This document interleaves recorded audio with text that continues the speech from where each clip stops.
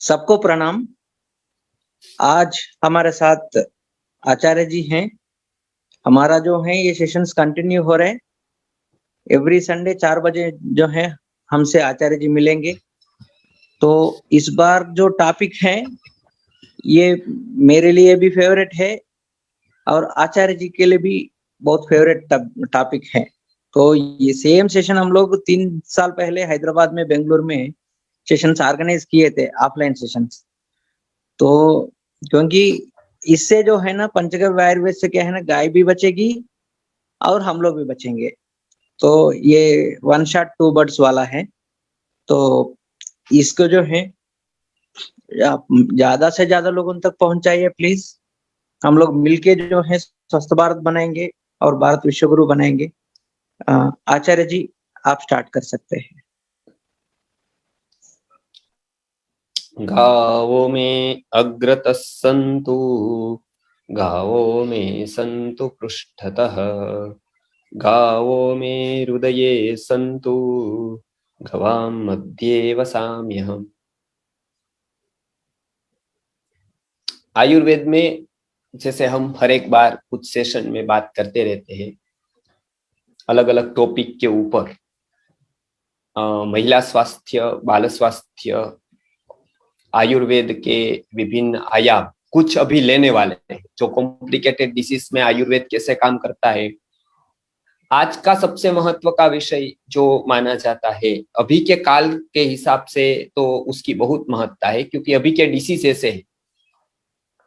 तो उसमें पंचगव्य वो आयुर्वेद से हम क्या क्या कर सकते हैं। ऐसे पंचगव्य और आयुर्वेद अलग अलग नहीं है, आयुर्वेद का ही एक भाग पंचगव्य है।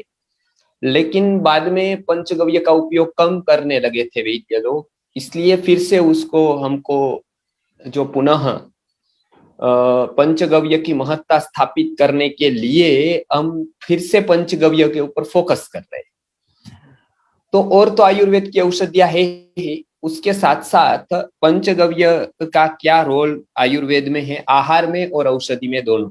आप याद रखिए, आहार में भी पंचगव्य का बड़ा रोल है और औषधि में भी है। तो हम देखते जाएंगे कि पंचगव्य का वर्णन कहाँ से आता है और कहाँ तक उसका महत्व ऋषि मुनियों ने बताया है। तो सबसे पहले तो एक बात जान ले कि आयुर्वेद में सभी वस्तुओं का प्रयोग किया गया है, फल का, अन्न का, सब्जी का, आगे जाकर गाय के मतलब विभिन्न मूत्र का, दूध का, आगे जाकर खनिजों का, धातुओं का। क्योंकि यहाँ पर ऐसा मानना है कि कोई द्रव्य ऐसा नहीं है जिसकी औषधि न बनती हो, नास्ति द्रव्यम अनौषधम। हर एक की एक औषध की महत्ता है, बस उसका उपयोग करने वाला चाहिए।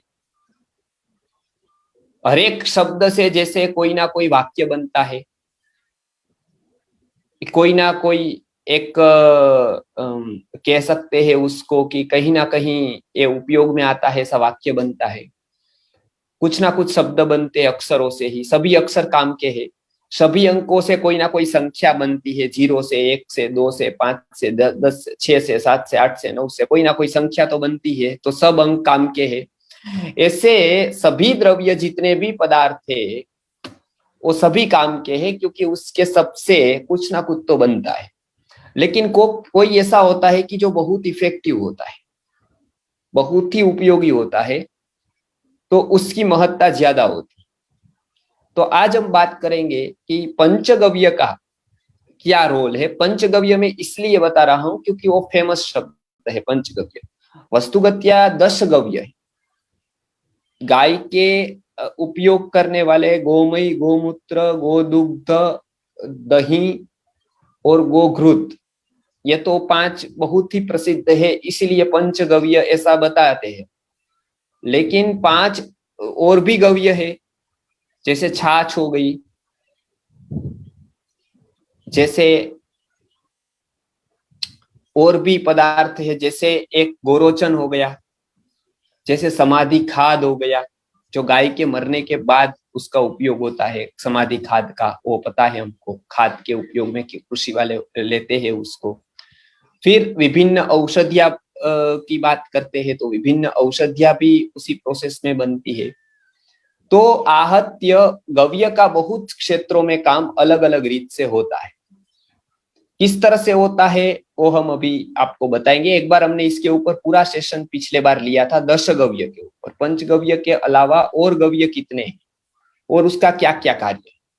तो हम एक एक को देखते जाएंगे। गव्य उपगव्य को, गाय से जो सीधा लिया जाता है उसको गव्य कहते हैं, और प्रोसेस करने के बाद बनता है उसको उपगव्य कहते हैं। शास्त्र गव्य ऐसे दूध है, मूत्र है, मल है गाय का, ये तीनों गव्य है। लेकिन हम देखेंगे दही तो प्रोसेस करने के बाद बनता है तो वो उपगव्य हो गया। फिर हमने देखा मक्खन तो वो उपगव्य हो गया। हमने देखा घी तो वो उपगव्य हो गया। हमने देखी छाछ तो वो उपगव्य हो गया। तो ये आप थोड़ा फर्क समझ ले कि गव्य का और उपगव्य का। गव्य मतलब सीधा जो गाय से प्राप्त होता है, उपगव्य प्रोसेस के बाद जो उपलब्ध होता है उसको उपगव्य ऐसा कहते हैं। गव्य तो है ही है, उसके ऊपर प्रोसेस करते हैं तो उसके बाद वो मिलता है। तो समझने के लिए मैं बता रहा हूं। अब भाव प्रकाश नामक ग्रंथ में भाव मिश्र जी ने 8 प्रकार के अलग अलग प्राणियों के मूत्र का वर्णन किया है। इसमें सबसे श्रेष्ठ मूत्र गाय का मूत्र बताया है, सबसे श्रेष्ठ दूध में गाय का दूध बताया है, सबसे श्रेष्ठ घी में गाय का घी बताया है।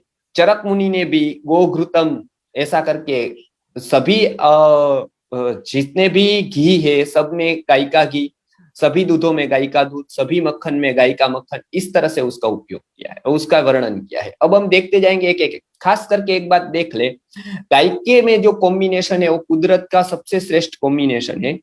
उसमें हर एक गव्य में एक यूनिकनेस है जो जगत के किसी भी पदार्थ में नहीं मिलती है। जैसे दूध जैसा पदार्थ एक भी आपको नहीं मिलेगा, मक्खन जैसा पदार्थ एक भी नहीं मिलेगा, गोमूत्र जैसा पदार्थ एक भी नहीं मिलेगा। चाहे कितना भी किसी का मूत्र ले लो और सबको इकट्ठा कर दो तो भी गोमूत्र बराबर नहीं होगा। तो इसमें ऐसा क्या है और उसकी फिर क्या सावधानी रखनी है, ये भी एक आयुर्वेद का पहलू देख लीजिए। सभी रोगों में सभी अवस्था में ये उपयोगी नहीं है। कौन सा गव्य कब उपयोगी है वो भी जान लेना आवश्यक होता है। तो शास्त्र की दृष्टि से कौन सा गव्य कब उपयोगी होता है उससे उसके वीर्य से उसको पता होता है, लगता है पता। अब हम एक एक देखते जाते हैं। जैसे गाय का दूध है, गाय का दूध ये धरती पर का अमृत कहा गया है। जैसे महाभारत में यक्ष ने प्रश्न पूछा है युधिष्ठिर को, आपको पता है वो कहानी तो, कि वहां पर उनके जो भाई है वो बेहोश हो गए हैं नदी के किनारे और यक्ष युधिष्ठिर को प्रश्न करता है। उसने प्रश्न किया है कि ऐसा कौन सा पदार्थ है जो इसको अमृत की उपमा दी जाए, ऐसा कौन सा पदार्थ है जो अमृत तुल्य हो। तो युधिष्ठिर सोचते हैं कि ऐसा कौन सा पदार्थ कहे जाए कि जो अमृत तुल्य जिसको हो, मतलब जो मृत जैसे शरीर को भी चेतना देता हो, उसको पोषण देता हो, उसमें इतने सारे पोषक तत्व हो। तो उन्होंने पूरा सोचा कि ऐसा कौन सा है। तो उनके ध्यान में आया कि गोदुग्धम। उन्होंने बताया कि गोदुग्धम किम अमृतम, तो के गोदुग्धम अमृतम, कि गोदुग्ध है वो ऐसा है कि वो अमृत की संज्ञा उसको दे सकते हैं, इतने सारे तत्व उसमें हैं। अब ये सत्य वैज्ञानिकों को बाद में समझ में आया, इसलिए दूध को वो लोग परफेक्ट फूड, संपूर्ण आहार मानने लगे। वो हमको पता है, साइंस में भी पढ़ाया जाता है कि वो दूध है वो परफेक्ट आहार है, पूर्ण आहार है ये। लेकिन वो भी वो एक तरह से ही बताते हैं, उसका पूर्ण विज्ञान तो अलग ही। अब गोदुग्ध के गुण में देखे तो गोदुग्ध रोज सेवन करना है, लेकिन मात्रा में सेवन करना है। आयुर्वेद ने ये जाना कि दुग्ध ऐसा पदार्थ है वो बहुत मात्रा में पचेगा, खास करके अति मात्रा आपने ले ली तो नहीं पचेगा। इसके लिए उसका प्रमाण निश्चित किया कि कितनी अंजलि भर ले सकते हैं। तो आधा से पौना गिलास, ज्यादा से ज्यादा 1 गिलास सुबह शाम, आधा गिलास भी बहुत है, पौना गिलास इतना बहुत है, ये दूध का सेवन हम कर सकते हैं, गाय के दूध का। अच्छा, अब अलग अलग दूध बताए हैं, विभिन्न दूध। उसमें गाय का दूध, बकरी का दूध, गधी का दूध है, ऊंट का मतलब जो कैमल होती है फीमेल, उसका दूध है। फिर घोड़ी का भी दूध बताया गया है, मनुष्य स्त्री का भी दूध है। 8 अलग अलग प्रकार के दूध बताए।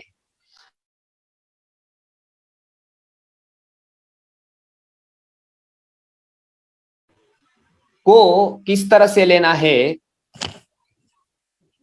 उसकी एक विधि बताई। उसमें केवल गाय का दूध ही धारोष्ण ले सकते हैं। धारोष्ण तो आप समझते हैं, धारोष्ण अर्थात होता है तुरंत निकाला और तुरंत पी सकते हैं, ऐसा एक ही दूध है, वो गाय का दूध है। बाकी के सब दूध निकालने के बाद, गर्म करने के बाद भी ले सकते हैं। गाय का दूध लगभग 20 मिनट में यदि हम ले सकते हैं तो लेना है, फिर नहीं ले सकते हैं तो फिर उबाल कर ठंडा करके ही लेना है। कच्चा दूध कोई भी प्रकार का पीना नहीं है। गाय का एक अपवाद है, धारोष्ण दूध ले सकते हैं, लेकिन वो भी तुरंत पी सकते हैं। तो दूर ले जाना है तब उसका उपयोग नहीं है, तब उसको उबालना पड़ता है, उबाल कर ठंडा किया हुआ पीना है। अब आदर्श दूध तो यह है कि ताजा ही दूध मिले, तो ताजा दूध मिले तब तो उसको सेवन करना है। वो सद्य शक्तिकर होता है, तुरंत शक्ति देता है, ऐसा वो दूध होता है। लेकिन मानो ताजा नहीं मिलता है तो ज्यादा से ज्यादा उसको 12 घंटा, 18 घंटा या 24 घंटे तक उपयोग करना है। बाद में फॉर्म बदल देना, अर्थात दूध का दही कर दिया तो उसकी लाइफ बढ़ जाएगी, दही का मक्खन कर दिया तो लाइफ बढ़, मक्खन का घी बना दिया तो बहुत लाइफ बढ़ जाएगी। इस तरह से दूध का विज्ञान उसका ही लाइफ बढ़ाने के लिए ऋषि मुनियों ने उसके फॉर्म को चेंज कर दिया। इसीलिए भारत में ही ये प्रक्रिया निकली, घी बनाने। अब दूध के वर्णन करते हुए, दूध के गुणों का वर्णन भाव प्रकाश ने, भाव मिश्र जी ने भाव प्रकाश नामक ग्रंथ में किया कि वो बल्य है, वृष्य है, रसायन है, सेल को जीवंत करता है, बहुत सारी शक्ति देता है, मेद्य है। सात्विक व्यक्ति जो सात्विक काम करता है उसको सात्विकता प्रदान भी करता है। वो तो एक लाइफस्टाइल के लिए, अच्छी लाइफस्टाइल के लिए, एक आध्यात्मिक जीवन के लिए दूध बहुत आवश्यक होता है। पहले के लोग उपवास वगैरह करते थे, ऋषि मुनि तप करते थे, तो भी दूध का सेवन वो करते थे। बीच में ऐसा आ गया कि वो प्राणिज द्रव्य है, उसको पूरा समझना पड़ेगा कि वो किसी ने बोल दिया तो मानना नहीं है। सालों से गोदुग्ध का प्रयोग भारत में होता रहा है। अथर्ववेद में गोदुग्ध के ऊपर मंत्र है, वेदों में भी गोदुग्ध के बारे में बताया है। अब जब जब पित्त के रोग होंगे तो दुग्ध है, वो शीत वीर्य होने के कारण पित्त के सारे रोगों में दूध काम आता है। जलन है, एसिडिटी है, ऐसा कुछ भी है तो दूध का काम है, दूध को पी सकते हैं। इसलिए दूध को साकर के साथ पीने से ठंडक होती है, ठंडक देता है, पित्त का शमन करता है, ऐसा सबको पता है। तो गाय का दूध, एक बात याद रखें आप कि पित्त के कोई भी रोग में उसका काम आएगा। आंख जलती हो, आंख लाल हो गई हो, तो उसमें गाय के दूध को रुई में डालकर उसके उपयोग भी कर सकते हैं लगाने के लिए। गाय के दूध से बहुत सारी कुछ मतलब औषधीय प्रयोग भी है गाय के दूध का, तो वो हम बताएंगे। लेकिन अभी तो केवल दूध के लिए इतना कि सभी पित्त के रोगों के ऊपर दुग्ध का प्रयोग है। एक गव्य का मैंने बात की कि साथ। अब किसी किसी को दूध से गैस बनता है, गैस की समस्या होती है, उसको देखना है कि मात्रा ज्यादा लेने पर दूध गैस करता है, वो वायु को बढ़ाता है, इसीलिए उसकी मात्रा रखनी है एक फिक्स। वायु न करे इसके लिए कुछ द्रव्य उसमें डाल सकते हैं। उसमें मुख्य है पीपल, पीपली डाल सकते हैं, विडंग डाल सकते हैं। तो वायु न करे इसके लिए इसका उपयोग आप कर सकते हैं। जो गैस, किसको दूध से गैस होता है, इस तरह की कोई समस्या होती है तो इस तरह से दूध पी सकते हैं। दूध किस रोग में नहीं पीना है ये खास ध्यान में रखना है। जो आयुर्वेदाचार्यों ने दूध कितना उपयोगी है, अमृत ऐसा बताया है, उन्होंने ही बताया है कि कोई कोई रोग में न पिए। जैसे बुखार आए तो पहला जो छोड़ने के बताया है वो दूध का नाम है। किसी को भी बुखार आ जाए, शरीर में टेम्परेचर आ जाए तो दूध को छोड़ना है। क्यों छोड़ना है? अब एलोपैथी डॉक्टर के पास दवाई लेने जाएंगे तो दवाई देंगे, साथ में कहेंगे दूध पीना है आपको, तो दवाई से ठीक होगा नहीं होगा, लेकिन दूध से साइड इफेक्ट। होगी। क्या होगी उससे? आयुर्वेद में कहते हैं कि यदि कोई बुखार में यदि दूध पीता है तो बुखार लंबा आएगा और दूसरा कामला होने की शक्यता होगी, जिसको जॉइंडिस कहते हैं। अब आयुर्वेद में ही दूध की महत्ता बताई, आयुर्वेद ने ही बताया कि दूध इस अवस्था में नहीं पीना है। तो बुखार आ जाए तो भूल से भी दूध नहीं पीना। तो क्या पीना है? तो दूध में पानी डालकर उसका एक काढ़ा बनाना है। वो काढ़ा आप पी सकते हैं। प्योर दूध सेवन नहीं कर सकते हैं बुखार में, बुखार जैसे रोगों में। बाकी दूध का सेवन पित्त के हर एक रोग में कर सकते हैं, दूध पी सकते हैं। दूध रोज पीने के लिए आहार द्रव्य है और श्रेष्ठ आहार द्रव्य है। तो ये दूध की बात पूरी हो गई। दूध की बात इतनी है, और सारे गव्यों की हम पहले बात करते जाएंगे, सावधानी देखते जाएंगे, वो सभी करते जाएंगे। अब जो डेयरी वाला दूध है वो तो दुग्ध कहलाएगा ही नहीं। तो डेयरी वाले जो दुग्ध है उसमें मुख्यतः से 3 प्रोसेस होती है। एक पेस्चुराइज्ड होता है, वो एक स्टरलाइज होता है और एक ब्लीच होता है। इसमें पहली और दूसरी प्रोसेस में तो बहुत तकलीफ, मतलब तकलीफ तो है, आयुर्वेद की दृष्टि से उसको ये नहीं करना चाहिए, लेकिन तो भी चलेगा, ठीक है। एक तो होता है पेस्चुराइज, एक स्टरलाइज्ड होता है, और तीसरा जो होता है वो सबसे घातक होता है, उसको ब्लीच कहते हैं, ब्लीचिंग। अब दूध का कलर एक तरह के आने के लिए वो डेयरी में ब्लीच किया जाता है उसको। अब ब्लीचिंग करने के लिए दूध में केमिकल डाले जाते हैं, तो एक कलर का आएगा। आप देखिएगा कि कोई भी डेयरी का जो दूध है वो आज से 10 साल पहले का भी आप देखिए वही कलर है, आज का भी वही कलर। लेकिन नेचुरल दूध जो होता है उसका ऐसा नहीं होता है। वो क्या होता है कि ऋतु के अनुसार उसका कलर में फर्क पड़ता है। वो कलर में फर्क पड़ता है कि वो कभी पीला आएगा, कभी थोड़ा पीला आएगा, कभी ज्यादा पीला आएगा, कभी व्हाइट आएगा, कभी कम व्हाइट आएगा, कभी मिल्की व्हाइट आएगा, कभी कुछ होगा, कभी कुछ होगा, कभी पतला आएगा, कभी थोड़ा गड्ढा आएगा। तो इसका मतलब ये नहीं पतला आया है तो पानी डाल दिया है उसमें। वो नेचुरली ऐसा आता है क्योंकि चारे, उसका वातावरण, ये सबकी असर गाय के दूध के ऊपर पड़ती है। गाय क्या चरती है उसकी भी इफेक्ट उसके दूध पर पड़ती है, क्योंकि वो पूरी प्राक प्रक्रिया आयुर्वेद में बताई है, दर्शनों में बताई है कि अंदर जाने के बाद कैसे दूध की प्रोसेस होती है, कैसे दूध बनता है। तो गाय का दूध बहुत ही उपयोगी बताया गया मनुष्य के लिए। उसका उपयोग करके मनुष्य दीर्घायु हो सकता है, लंबे समय तक जी सकता है, उसका बॉडी स्वस्थ रह सकता है। लेकिन डेयरी के दूध में वो गुण नहीं, क्योंकि एक तो वासी हो जाता है, एक कलेक्शन करते हैं तब तक तो बहुत ही वासी हो गया, फिर उसको पेस्चुराइज किया, स्टरलाइज किया और खास ब्लीच किया। उसको ब्लीच मतलब केमिकल डालकर एक कलर का किया, क्योंकि एक कलर का आज बहुत ही सबको मोह लग गया है, एक ही कलर का चाहिए सब। तो व्हाइट एंड व्हाइट दूध चाहिए, उसके गुण नहीं देखेंगे कि भाई थोड़ा कम व्हाइट हो गया, पीला हो गया, बहुत अच्छा है, तो वो नहीं देखेंगे। अपितु उसका एक तरह का कलर होना चाहिए, एक पैटर्न होनी चाहिए कि भाई आज आया ऐसा, कल आए ऐसा, परसों आए ऐसा, उसके बाद आए, उसके बाद का उसके बाद आए। तो इसलिए ब्लीच कर किया जाता है उसको, और ब्लीच करने पर दूध के साथ केमिकल मिलाया जाता है। अब आप एक बात याद रखिए, दूध का ये सभी प्लस है, दूध की एक मर्यादा है या माइनस कहे, कुछ भी कहे। दूध में कोई भी आइटम यदि मिलाया जाए वो आप देख कर मिलाओ। जैसे आयुर्वेद में बताया गया कि किसी ने जहर खा लिया और वो जहर यदि दूध के साथ पिया गया तो वो आदमी फिर नहीं बच सकता है, क्योंकि दूध का काम क्या है, पूरे शरीर में एनर्जी पहुंचाने का। इसे कोई भी औषधि आपने दूध के साथ ली तो योगवाही गुण से दूध उसको हरेक अंग सूक्ष्म तक पहुंचाएगा, सूक्ष्म पार्टिकल तक उसको पहुंचाएगा, अनेक जगह पर उसको पहुंचा देगा।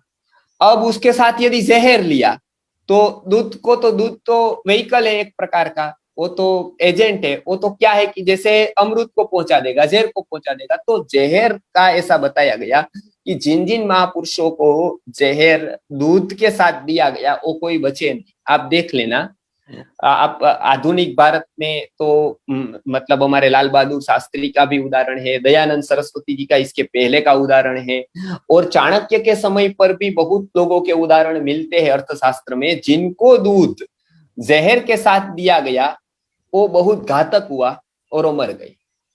क्योंकि दूध जहर को, इसलिए किसी को सांप काटे तो पहला निषेध किया जाता है दूध का। दूध नहीं लेना है उस टाइम, क्योंकि दूध पहुंचा देगा पूरे शरीर में, तो पता है कि जहर चढ़ा है तो नहीं लेना है, दूध का निषेध हो जाएगा। अब हम बात करते हैं कि जब डेयरी का दूध है, वो डेयरी के दूध में ब्लीच करते हैं तो केमिकल जाते हैं। अब ऐसे केमिकल गए तो कम घातक है, लेकिन दूध के साथ केमिकल गए तो बहुत घातक हो जाते हैं। वो हमने देखा, दूध के साथ कोई भी जहर गया। इसीलिए हम कहते हैं कि प्राकृतिक रूप से जो गौशाला जहां पर चल रही है वहां पर से लोग दूध लेंगे तो और सब छोड़ दो, समाज कल्याण वगैरह का या उसको सस्टेन करने का, वो सब वो बात तो बात की है। व्यक्ति अपना लाभ देखे पहला, तो अपना लाभ भी यदि देखेगा तो पहला है कि उसके स्वास्थ्य में बहुत ही परिवर्तन आ जाएगा। अभी जो डेयरी का दूध पी रहे हैं, पैकेट का दूध पी रहे हैं, उसके स्थान पर वो केवल एक, ज्यादा नहीं, ज्यादा पैसा नहीं, कोई बात, आधा लीटर उससे कम केवल गाय का दूध शुरू करे डेली, तो उसके स्वास्थ्य में आपको 1 महीने में 2 महीने में फर्क देखने को मिलेगा। हम हमारे चिकित्सक मित्रों को हमेशा कहते हैं कि पहले आप डेयरी का दूध बंद करा के गाय का दूध शुरू करवाओ, केवल बंद मत कराओ। लोग क्या करते हैं, फिर दूध बंद करा देते, दूध बंद करा देते हैं तो फिर मिसकंसेप्शन हो जाता है वेगन वाला। अब वो भी एक षड्यंत्र, उसमें हम अभी डेयरी के ऊपर दूसरा षड्यंत्र आया है कि वो लोग ऐसा प्रचार करते हैं कि अभी अमूल के बारे में है कि अमूल डेयरी को, जैसे हम ब्लीच करने के विरोध में है लेकिन उसके दूध के विरोध में नहीं, दूध का विरोध नहीं है, दूध तो गाय का बहुत ही श्रेष्ठ है, अमृत तुल्य है, लेकिन उसकी जो प्रोसेस करते हैं उसमें थोड़ा बहुत आपसी में हमारा मतभेद है, वो बात अलग है। लेकिन जो विगन का कंसेप्ट आया है, वो लोग ऐसा कहते हैं कि देखो ये लोगों को अभी शाकाहारी बन लेना चाहिए, तो वो लोग गाय के दूध को मांस मतलब ये गिनते एनिमल प्रोडक्ट, भाई ये एनिमल प्रोडक्ट है दूध, और दूध से सारी बनी हुई प्रोडक्ट एनिमल प्रोडक्ट है, तो एक ही कार में ये सब प्रोडक्ट निकल जाएगी। तो अभी के जो कोर्सेस है, अभी गुजरात के कोर्स में एक पुस्तक छपी, उसमें तो उन्होंने बता दिया कि एनिमल प्रोडक्ट में दूध को गिना दिया। दूध के बाद जो सारी आएगी, मतलब दूध से जो जो बनता है आगे जाकर, दही, मक्खन, घी, ये सब एनिमल प्रोडक्ट हो गया। तो आगे आने वाली पीढ़ी पड़ेगी कि अच्छा दूध तो हम एनिमल प्रोडक्ट खा रहे हैं। तो आगे जाकर एक व्यक्ति ने ऐसी एडवर्टाइज की, अभी हीरो है उसने, वो बोले कि मैं अभी शाकाहारी होने जा रहा। मुझे याद है अभी थोड़े दिन पहले ही किसी की ऐसी पोस्ट आई थी, शायद विराट कोहली या कोई क्रिकेटर ही था, उसने बताया कि मैं शाकाहारी होने जा रहा हूँ, तो अब मैं क्या करूंगा कि दूध छोड़ दूंगा। तो एक ऐसा दुष्प्रचार विदेशों से हुआ कि ये दूध है वो एनिमल प्रोडक्ट है, और ऐसा पहली बार नहीं हुआ, ऐसा सालों पहले भी हुआ था। एक पूरी की पूरी कॉन्फ्रेंस इसके ऊपर बनारस हिंदू यूनिवर्सिटी में साइंटिस्टों की आई थी। वो लोग बताते हैं कि अंडे भी, आप अंडे का मना कर रहे हैं तो अंडे भी दूध की, मतलब अंडे भी एनिमल प्रोडक्ट है और दूध भी एनिमल प्रोडक्ट है, तो दोनों में फर्क क्या है। गुरुजी ने बहुत अच्छा बताया था कि देखो अंडे की उत्पत्ति है ना, वो काम से होती है, सेक्स से होती है, तो पहले हमको देखना पड़ेगा कि उसकी उत्पत्ति कैसे हुई है, तो उसके गुण हमारे में आते हैं। तो अंडा यदि हम खाएंगे तो काम वासना बढ़ेगी, हम देखते हैं इसलिए कि कितने कामुक होते हैं, अंडा खाएंगे काम वासना बढ़ेगी, उसमें वासना से व्यक्ति का विकार बढ़ेगा, ये सब होगा। तो आध्यात्मिक में ये मना किया कि भाई अंडा, क्योंकि उसकी उत्पत्ति कैसे है, तो कैसे हो गई उसकी उत्पत्ति, वासना से। अब दूध की उत्पत्ति कैसे हुई, वात्सल्य से। गाय में प्रेम आ गया, वात्सल्य आ गया, तो दूध की उत्पत्ति हुई। तो दूध की एनिमल से निकलने वाला कोई भी पदार्थ एनिमल प्रोडक्ट कहकर उसको मांसाहारी है या नहीं खाना है, ऐसा नहीं। तो ये एक पूरा कंसेप्ट विदेश से आया, उसके बाद में बहुत सारा ऐसा कुछ हुआ, बहुत लोगों को भ्रांति हो गई। लेकिन आयुर्वेद के ग्रंथ में स्पष्ट बताया कि आपको जब थकान लग गई हो बहुत ही, तो आपको कोई थकान दूर करने के लिए, शक्ति के लिए कुछ भी यदि पीना है तो आपको पहले नंबर पर दूध पीना है। सद्य शक्ति करम करह पयः, तुरंत शक्ति देने वाला कोई पदार्थ है पूरी सृष्टि में तो यह है गाय का दूध। तो एक गाय के दूध के बारे में अभी हमने बात की है। अब इससे विपरीत गुण, गाय का दूध ठंडा है, इससे विपरीत गुण वाला एक ही निकलने वाला, एक ही जगह से निकलने वाला, वो है गौमूत्र। जैसे गो दुग्ध ठंडा है, वो शीतता प्रदान करता है शरीर को, उसी तरह से उष्णता प्रदान करने का काम तीक्ष्ण उष्ण, लेखन कार्य करने वाला, ये है मूत्र। तो गाय के दूध के जितने गुण है वो जैसा जैसा करता है, शीत है, ठंडा है, शक्ति देता है, ये सब कुछ, उसी तरह से गोमूत्र के इससे थोड़े विपरीत गुण मिलते हैं। वो क्या करता है, किसी को भी वेट लॉस करना है, आज सबसे ज्यादा प्रश्न किसका है, ओवरवेट है सबको। तो ओवरवेट का है, शरीर का मेद घटाने का है। अच्छा, कहीं पर भी कुछ विष है, विष तत्व, जैसे दूध है वो विष तत्व उसके साथ गया तो फैला देता है, उसी तरह से गोमूत्र है, वो कहीं पर भी विष हो तो उसको निकाल देता है। वो सबसे बड़ा गुण गोमूत्र का है। तो गोमूत्र का तो सीधा पिए तो बहुत ही लाभ होगा। 8 बार छान, मतलब 8 फोल्डर का एक कपड़ा लेना है, वो कपड़े से छान कर यदि लिया, अब मैं उसके उदाहरण देता हूँ। आयुर्वेद में उसको विषघ्न बताया, ये तीक्ष्ण है, उष्ण है और विषघ्न है। आयुर्वेद में बहुत सारी औषधियां जो जहरीली होती है उसको उपयोग किया जाता है औषधि के लिए, चिकित्सा के लिए। तब क्या करते हैं, उसके जहर को दूर करने के लिए उसको गोमूत्र में भिगो कर रखते हैं, जैसे धतूरा हो। अब धतूरा इतना जहरीला है, जहरी है कि उसका जहर से शायद ही कोई बच पाएगा, उसका जहर दे दिया तो मर जाएगा व्यक्ति। आपको पता है जगत के दूसरे नंबर पर जो जहर आता है वो एरंड में है, मतलब सूक्ष्म मात्रा में है। एरंड के तेल जब निकल जाता है और वो जो ऊपर का रह जाता है उसमें आर्सेनिक की तरह एक प्रकार का विष होता है। वो सीधा ग्रहण नहीं होता है, नहीं वो एरंड तेल में जाता है, इसलिए पता नहीं चलता है, इसलिए वो कभी भी कोई मरता नहीं है। लेकिन इसमें एविडेंस है कि वो जहर जगत का दूसरे नंबर का जहर। उस तरह से धतूर है, इस तरह से आंख है, इस तरह से कितनी वनस्पतियां है जो जहरीली वनस्पतियां होती है, खास करके धतूर जैसी। तो उसको शुद्ध करने के लिए आयुर्वेद ने गोमूत्र का उपयोग किया है। गोमूत्र में उसको 7 दिन 15 दिन अलग अलग अलग अलग समय पर उसको भिगो दी जाती है। और आपको आश्चर्य लगेगा कि इतनी जहरीली वनस्पति जो कितना भी करके उसका जहर नहीं जाता है, वो केवल गोमूत्र में भिगोने से उसका जहर चला जाता है। फिर 7 दिन 15 दिन के बाद उसका उपयोग आता है। ऐसे ही तरह से जेर कोचला है जिसको हम नक्सोमिका बोलते हैं, उसकी शुद्धिकरण में भी गोमूत्र का उपयोग होता है। इस तरह से बहुत सारी औषधियों की शुद्धिकरण में गोमूत्र का उपयोग किया गया है। तो गोमूत्र में एक जो गुण मिलता है वो है विष दूर करने का।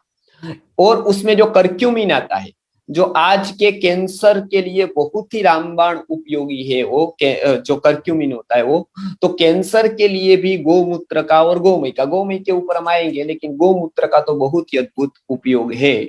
उसमें एक आप याद रखें, जो पतले शरीर वाला हो उसको गोमूत्र नहीं देना है। सावधानियां भी साथ साथ में याद रखें ताकि हम ज्यादा से ज्यादा लोगों को लाभ पहुंचाए। तो वो एक बात याद रखें, पतला व्यक्ति है उसको गोमूत्र नहीं, वो लेखन कार्य करता है तो मेद को घटाएगा, तो गोमूत्र देने में ये सावधानी रखें। किसी का पतला शरीर हो तो उसको गोमूत्र की जगह और कुछ उपयोग करें, और गव्यों का उपयोग करें। और उसको यदि फैटी हो, यदि बहुत स्थूल शरीर हो, तो आप गोमूत्र का उपयोग करें ही करें। जगत में ऐसी 2-3 चीजें हैं जो फैट को दूर करती है, 4-5 वस्तुओं में, वो हम कभी लेंगे। उसका आहार कैसा होना है, औषध, क्योंकि हमने बहुत लोगों को कम करवाया है इसके प्रयोगों से, इसलिए हम बताते हैं। तो उसमें गोमूत्र का प्रायः ऊपर का स्थान आता है। कोई व्यक्ति ऐसे गोमूत्र का सेवन 1 महीने तक भी करे तो अपने शरीर में वो चीज पता चलेगा उसको। गांठे है उसको गलाने के लिए भी गोमूत्र बहुत ही उपयोगी होता है, विषग्न है वो, तो गोमूत्र में।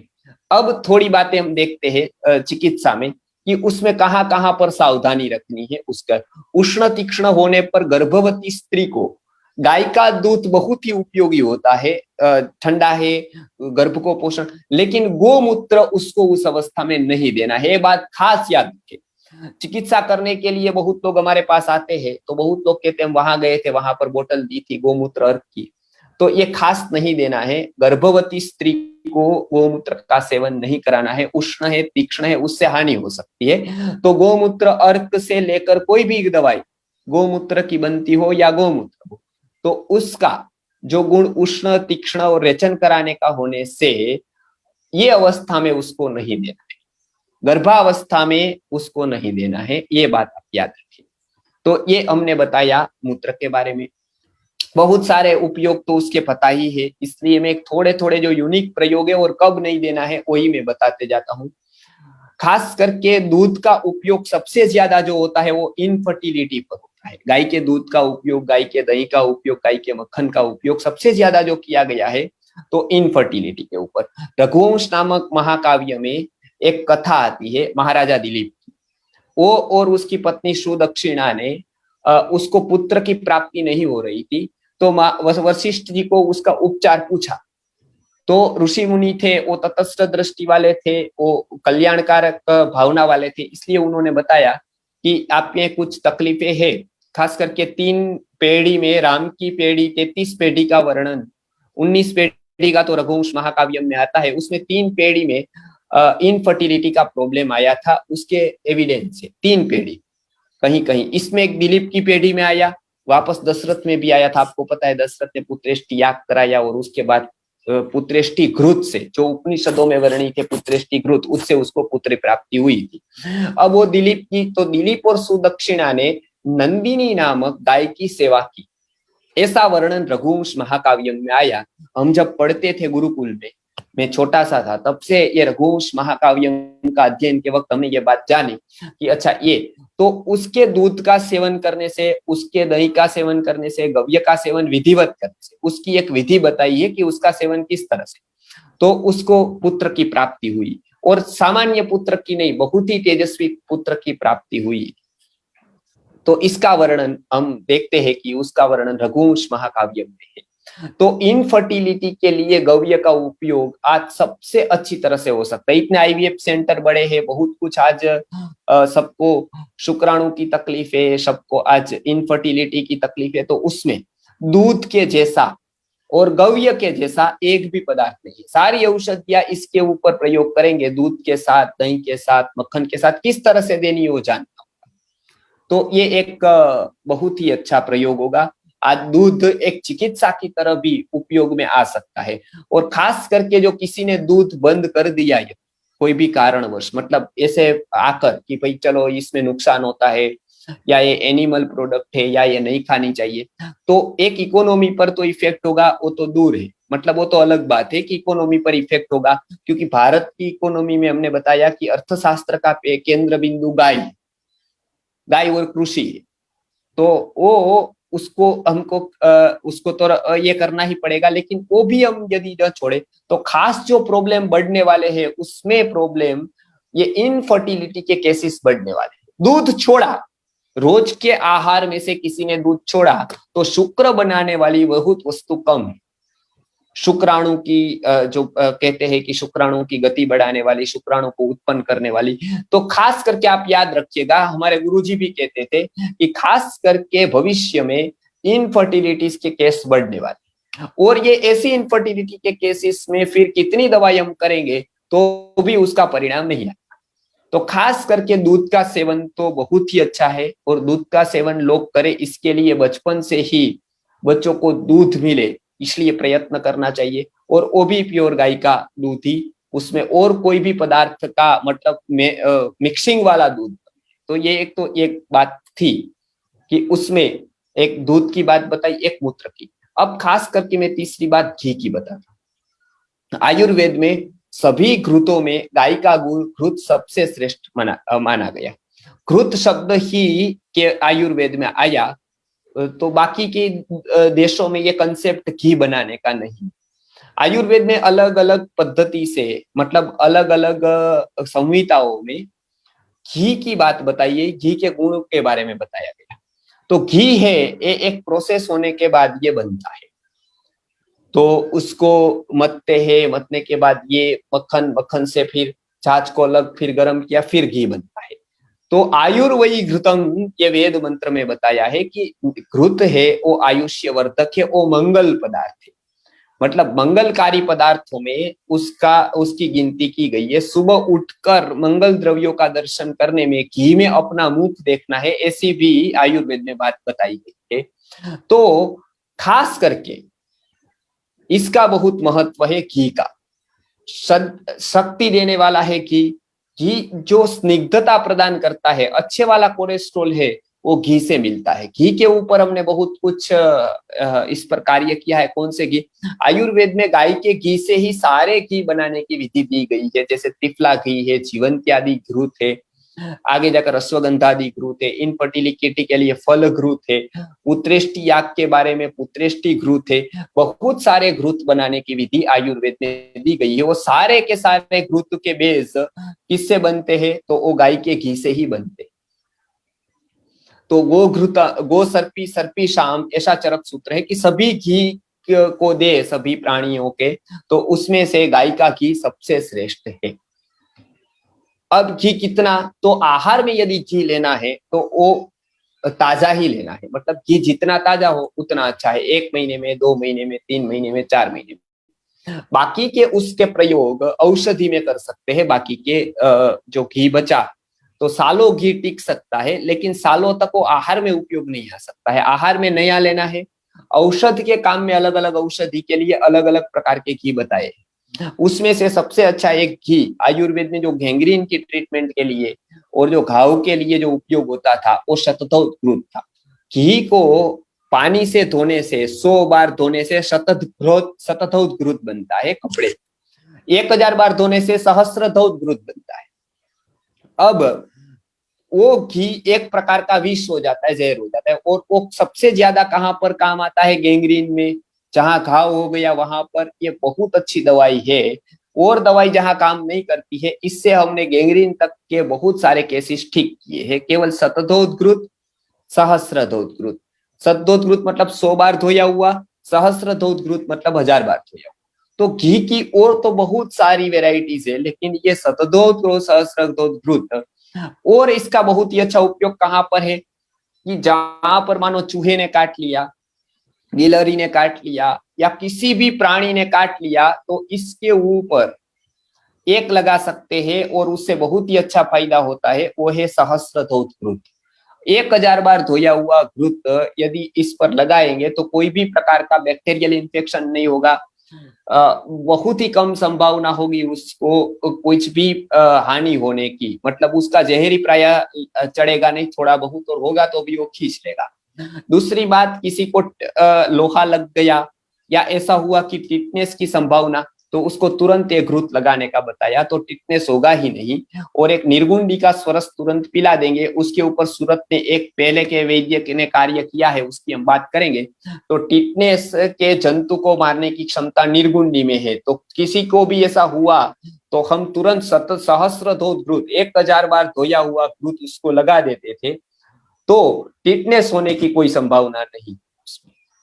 लोग इंजेक्शन लेने के लिए कोई बात नहीं ले, लेकिन गांवों में जहाँ इंजेक्शन नहीं होते हैं, जहाँ डॉक्टर नहीं होते, वहां पर किसी के पास भी घी तो होता ही है। 1000 बार धोकर या धोकर रखे वहां पर, तो कभी बिगड़ता नहीं है, नो एक्सपायरी। तो वो यदि वहां पर लगा दे तो बहुत ही अच्छी इफेक्ट उसकी सहस्रधौत घृत की इसके ऊपर है। किसी का भी दंश लग गया हो तो इसके ऊपर सहस्रधौत घृत बहुत ही अच्छा कार्य दिखाता है अर्जेंसी ट्रीटमेंट में। तो ये मुख्य जो बातें घी के बारे में थी, उसको आंखों के लगाने में भी उपयोग आता है। बहुत सारा औषधीय उपयोग घी के बारे में। घी रोज के आहार के ऊपर है, आहार द्रव्यों में भी श्रेष्ठ है। घी के 2 प्रयोग मुझे याद आते हैं। एक तो दूध के साथ उसका सेवन करने का बताया है। दूध के साथ यदि शक्ति के लिए सेवन करना है तो सुबह में करना है, और यदि पेट साफ करने के लिए करना है तो शाम को करना है। तो ये 2 समय बताया है। सुबह पूरे शरीर में यदि रसायन प्रयोग करना है, रसायन प्रयोग के लिए वो करना है, तब तो वो सुबह गाय का दूध 1 पौना गिलास जितना लेकर 1 चम्मच उसमें वही गाय का घी है, तो बहुत ही अच्छा है। ये प्रयोग सब लोग करेंगे तो बहुत अच्छा होगा। खास करके अपनी गाय जिसके पास है वो ये प्रयोग आसानी से कर सकते हैं कि जिस गाय का दूध हो उसी गाय का घी उसमें मिक्स हो, तो बहुत ही अच्छी शक्तिदायक होता है। वो बहुत अच्छा कॉम्बिनेशन माना जाता है कि जिस गाय का दूध हो उस गाय का ही घी उसमें मिलाकर हम पिए तो बहुत ही अच्छा है। ये संभव नहीं है तो कोई भी स्वस्थ गाय के दूध में स्वस्थ गाय का घी मिला सकते हैं।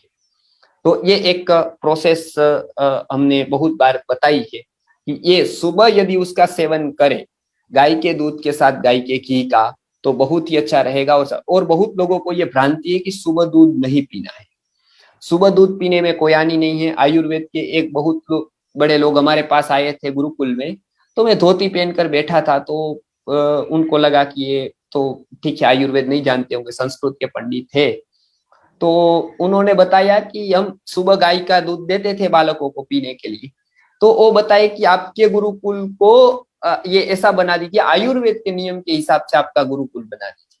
तो मैंने कहा आप बताइए। हेमचंद्राचार्य गुरुकुल में मैं था, तो उनके संचालक ने मुझे बताया कि ये बता रहे हैं कुछ आयुर्वेद के नियम के हिसाब से, तो आप जान लीजिए इससे क्या क्या बता रहे हैं।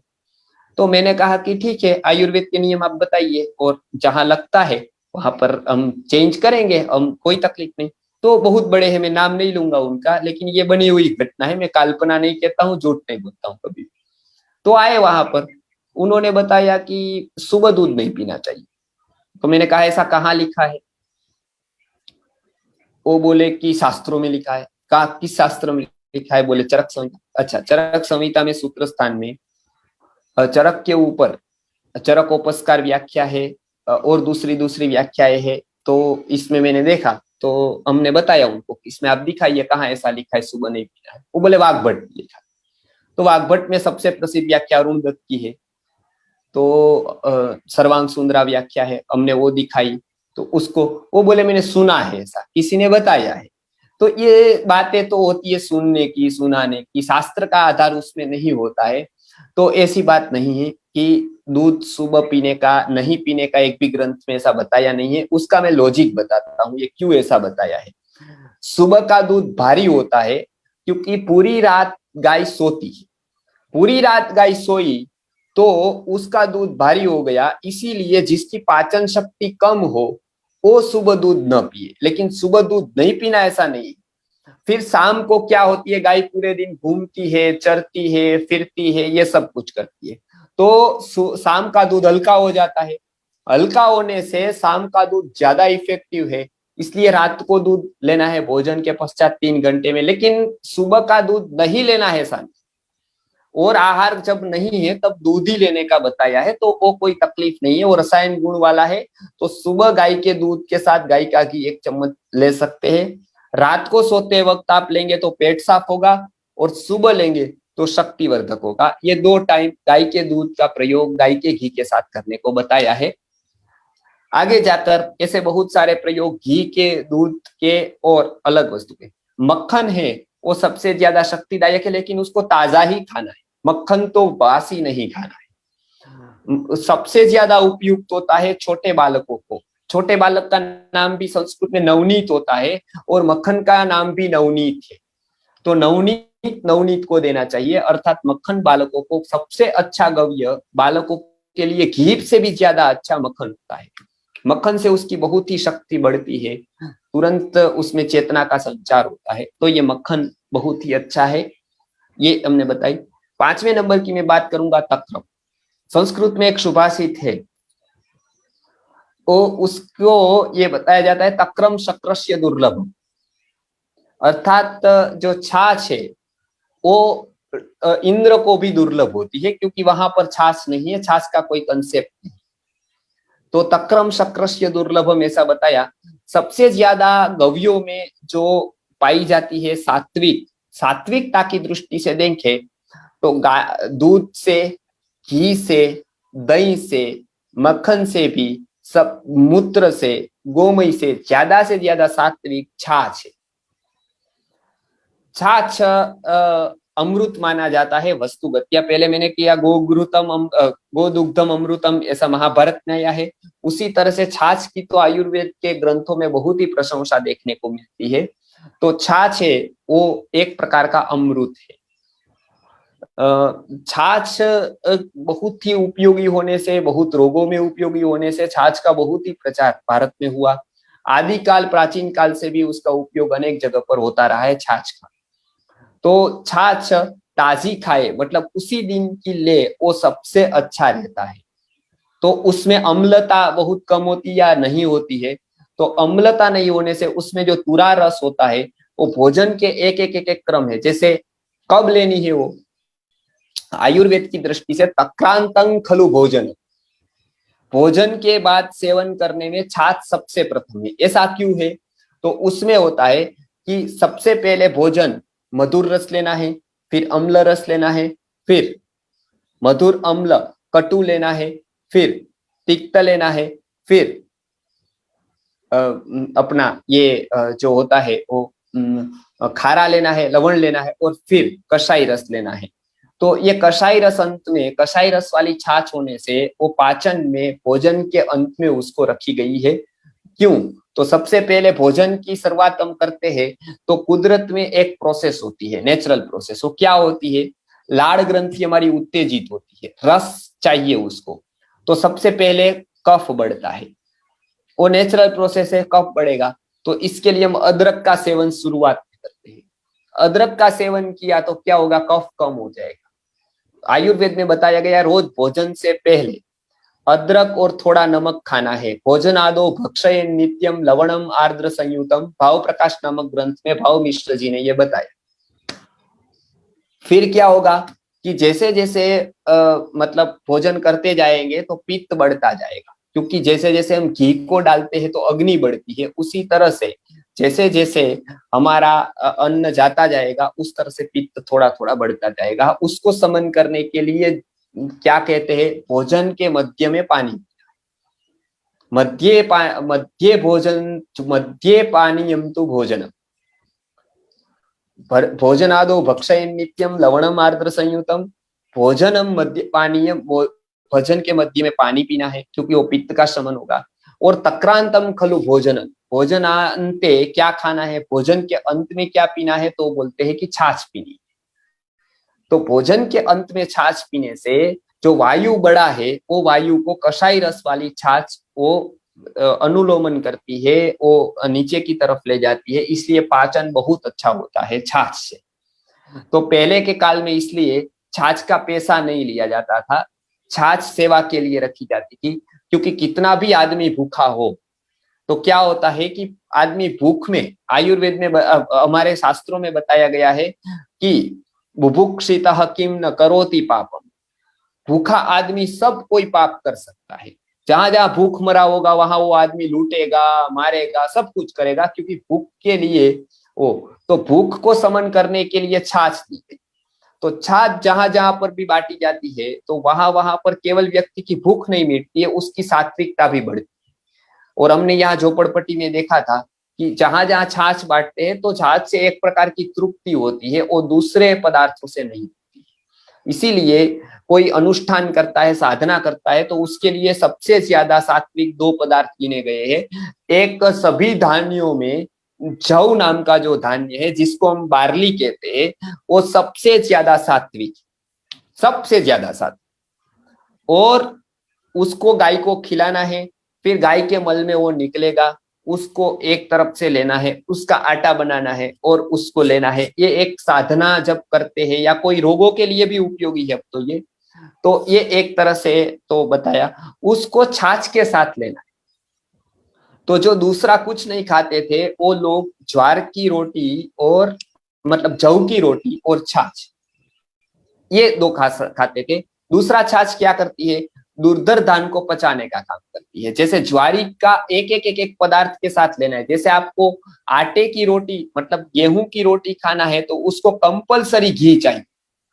आपको हार्ट स्पेशलिस्ट बताता है कि आपको गेहूं की रोटी खाओ, लेकिन ऐसे ही घी लगाए बिना खाओ, गाय का घी लगाए बिना, तो आप उसका मत मानना, या उसको कहना कि आपको हार्ट पता है, गेहूं या घी पता नहीं है। क्योंकि गेहूं की रोटी रुक्ष हो जाती है, उसको घी चाहिए। तो गेहूं की रोटी घी के साथ खानी है।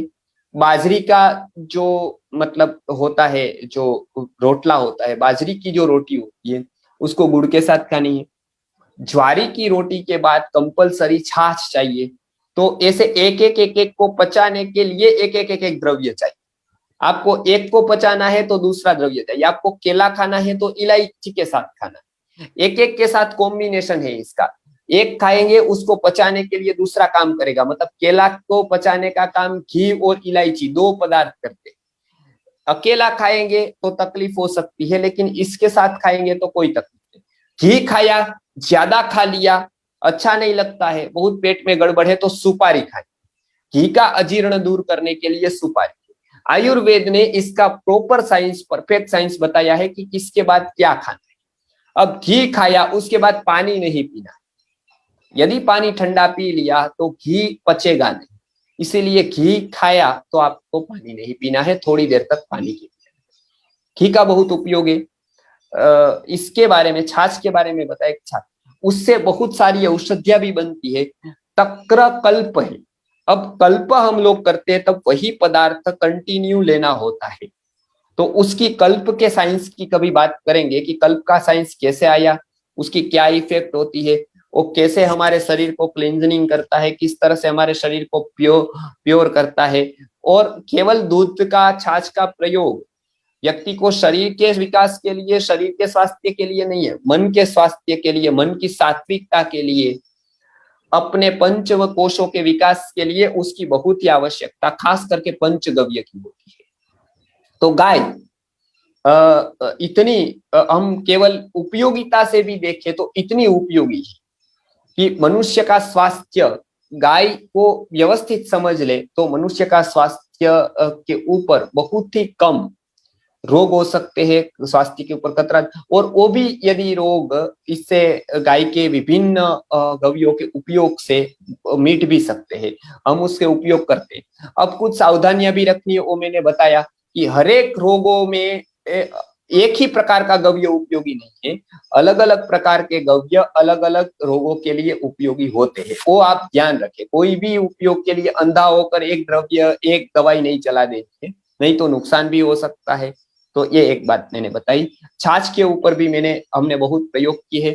तक्रकल्प जिसको कहते हैं, तक्रासव है, तक्रारिष्ट है, बहुत सारी औषधियां भी तक्र से बनती है, वो तो बहुत ही प्रसिद्ध है। छाछ का उपयोग बहुत जगह पर आयुर्वेद में भी किया गया है। कौन कौन ऋतु में कौन से गव्य लेने हैं उसका भी एक बड़ा साइंस है। जैसे दुग्ध है वो नित्य सेवनीय द्रव्य है, उसको रोज ले सकते हैं। आंवला है वो नित्य सेवनीय द्रव्य है। घी है वो नित्य सेवनीय द्रव्य है। लेकिन दही ऐसा नहीं, दही को 2 ऋतु में तो नहीं लेना है, रोज उसका सेवन करना है तो विधिवत सेवन करे या रोज न करे उसका सेवन।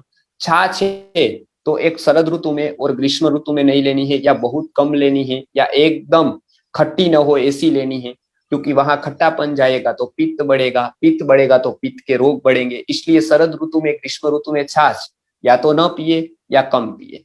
तो ये गव्यों के उपयोग करते वक्त ध्यान में रखने जैसी बातें हैं। और कौन सी, अब दूध की बात बता दी है तो विरुद्ध आहार का भी ध्यान रखना है। दूध के साथ किसी भी प्रकार का फल नहीं खाना है, आंवले को छोड़कर। ऐसे ही दही के साथ है, ऐसे ही और गव्यों के साथ हम ले सकते हैं। घी के साथ कुछ पदार्थ कुछ खा सकते हैं, कुछ नहीं, तो उसका पूरा लिस्ट है। लेकिन गव्य का इस तरह से हम आहार में उपयोग कर सकते हैं। औषध में उपयोग अभी हम करें तो गोमूत्र का, गोमय का खास प्रसूति के लिए, जिसको डिलीवरी के लिए तकलीफ हो रही हो उसके लिए हमने गोबर का रस का प्रयोग किया है। गोबर के रस से नॉर्मल डिलीवरी होने का चांस प्रायः 200%, 300% जाता है।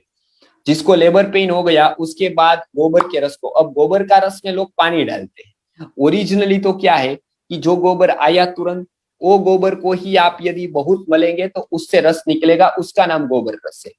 उसमें पानी डालने का तो यदि आपको एक्सपर्टाइज नहीं है, वो आता नहीं है, तब उसमें पानी डाले, लेकिन उसकी इफेक्ट कम हो जाएगी। वो तो पानी आएगा उसमें तो उसकी इफेक्ट कम हो जाएगी, लेकिन ओरिजिनल जो गोबर रस है वो गोबर का ही रस है। गोबर ऐसे भी सेमी लिक्विड जैसा होता है, तो उसमें पानी का भाग होता ही है गोबर मल में। तो इसको अच्छी तरह से हम मल देंगे तो थोड़ा रस निकलेगा, 1-2 चम्मच, लेकिन उसकी इफेक्ट ज्यादा होगी। लेकिन यदि नहीं निकलता है तो पानी डाल सकते हैं, तो पानी डालकर उसको रस निकालना है। रस निकालकर उसको लेबर पेन होने के बाद उसको पिलाना है। उसको पिलाने के बाद हो सकती है। और भी मालाएं हम बनाते हैं संस्कृति गुरुकुल से, जैसे अपा मार्ग की माला है वो बांधने के लिए दी तो भी उससे नॉर्मल डिलीवरी होती है। तो ये मल का उपयोग तो एक प्रसिद्ध जगह पर मैंने बताया। मूत्र का उपयोग लेखन कार्य के लिए, शरीर पे जब विष गया है, कैंसर जैसी बीमारियां हुई है, या वजन को कम करना है तब बताया। गर्भावस्था में जब शरीर दुबला हो, पतला हो, तब उसका उपयोग मूत्र का नहीं करना है। गाय के दूध का उपयोग खास करके शक्ति के लिए करना है। कोई भी मतलब जो ऐसा अशक्ति के कारण रोग हुआ है, रोग के कारण अशक्ति आई है, उसमें आपको करना है। तो ये 4-5 जो गव्यों की बात थी वो मैंने आज बताई। तो इस तरह से आप प्रयोग करके आज आहार के रूप में पंचगव्य आयुर्वेद की संहिताओं में इस तरह से बताया गया है, उसका बहुत ही वर्णन सूक्ष्म रीत से आयुर्वेद की संहिताओं में गव्यों का किया गया है। कैसी गाय का ये सब लेना है उसके लिए अथर्ववेद में एक मंत्र आता है, अग्रम अग्रम गोचरती नाम औषधि नाम वने वने तासाम वृषभपत्नी नाम गोमयम शुद्धिकारकम। जो लोग पूजा कराने आते हैं वो आप सुनते होंगे, ये हम गुरुकुल में तो ये सब पढ़ाते ही है, वेद वगैरह। तो खास करके सत्व रज तम की कैटेगरी। अब एक बात आप याद रखें कि गाय का सम्मान है, गाय के विषय में जो दूध दही घी लेना है, दूसरे पशु का भी नहीं लेना है ऐसा नहीं, उसका भी औषधि का प्रयोग है अपनी जगह पर। जैसे कोई मल्ल है, कसरत करता है, एक्सरसाइज करता है, बहुत ही एक्सरसाइज करता है, उस तरह की लाइफ जीता है, तो उसके लिए भैंस का दूध बराबर है। किसी को ट्यूबरक्यूलोसिस हो गया है, टीबी है, उसको टीबी वालों के लिए बकरी का दूध सबसे श्रेष्ठ है। ट्यूबरक्यूलोसिस के बैक्टीरिया बकरी के दूध से मर जाते हैं। हमने केवल टीबी को ठीक किया है। पुणे के विनोद भाई है, उसके नंबर भी मैं साझा करूंगा, उसकी बेटी को टीबी हुआ था, टीबी मीठ ही नहीं रहा था उसको। हमने केवल कहा कि आप बकरी का दूध उसको पिलाओ, बकरी का दूध से उसको एक ही पाउडर दिया केवल उसको, और वो पाउडर और बकरी का दूध से केवल ट्यूबरक्यूलोसिस ठीक हो गया, केवल बकरी के दूध से। और पहले वो बहुत ही ट्रीटमेंट करा चुके थे टीबी की। आयुर्वेद में बताया गया कि टीबी वाले व्यक्ति को बकरी के बीच में रखना है। बकरी के श्वासोश्वास में इतनी ताकत होती है कि वो बकरी होती है, वो क्या करती है कि वो बकरी के श्वासोश्वास में ट्यूबरक्यूलोसिस के जंतुओं को मारने की शक्ति है। इसके लिए उसको बकरी के बीच में रखना है। तो हरेक का एक गुण आयुर्वेद ने स्वीकार किया है, लेकिन गाय का सबसे ज्यादा सात्विक होने से महत्व दिया है। वो ऐसा नहीं है कि उसके पक्षपात किया है, लेकिन उसका वर्णन है। अब मैं उसके ऊपर थोड़ा बताऊंगा। भेड़ का दूध हृदय के लिए सबसे घातक होता है, भेड़ का दूध। आज पूरा गुजरात में हार्ट अटैक के पेशेंट, हार्ट की डिसीज के रोग बढ़ते हैं, हार्ट अटैक आ जाता है, टेंशन होता है, सीवियर पेन होता है, बहुत कुछ होता है। वो एक के कारण होता है क्योंकि लोग होटल की चाय पीते हैं। वो चाय में क्या आता है? भेड़ का दूध आता है, क्योंकि ज्यादातर चाय वाले लोग भेड़ का दूध ही उपयोग करते हैं, क्योंकि उसमें पानी ज्यादा डाल सकते हैं। और दूध लिया तो पानी नहीं डाल सकते, लेकिन भेड़ का दूध बहुत ही गाढ़ा होता है, गाढ़ा हो, पानी डाले चाय बना, तो इसलिए भेड़ का दूध। लेकिन जब आपको स्टोन हो जाए, तो स्टोन जब किसी को भी हो जाए तो उसके लिए सबसे बेस्ट है भेड़ का दूध। स्टोन के लिए किसी को उपयोग करना है, तो पथरी हो गई, स्टोन हो गया, तो भेड़ का दूध चालू करना है। भेड़ का दूध में एक ताकत है, भेड़ के दूध का एक गुण है कि वो स्टोन को गला देता है।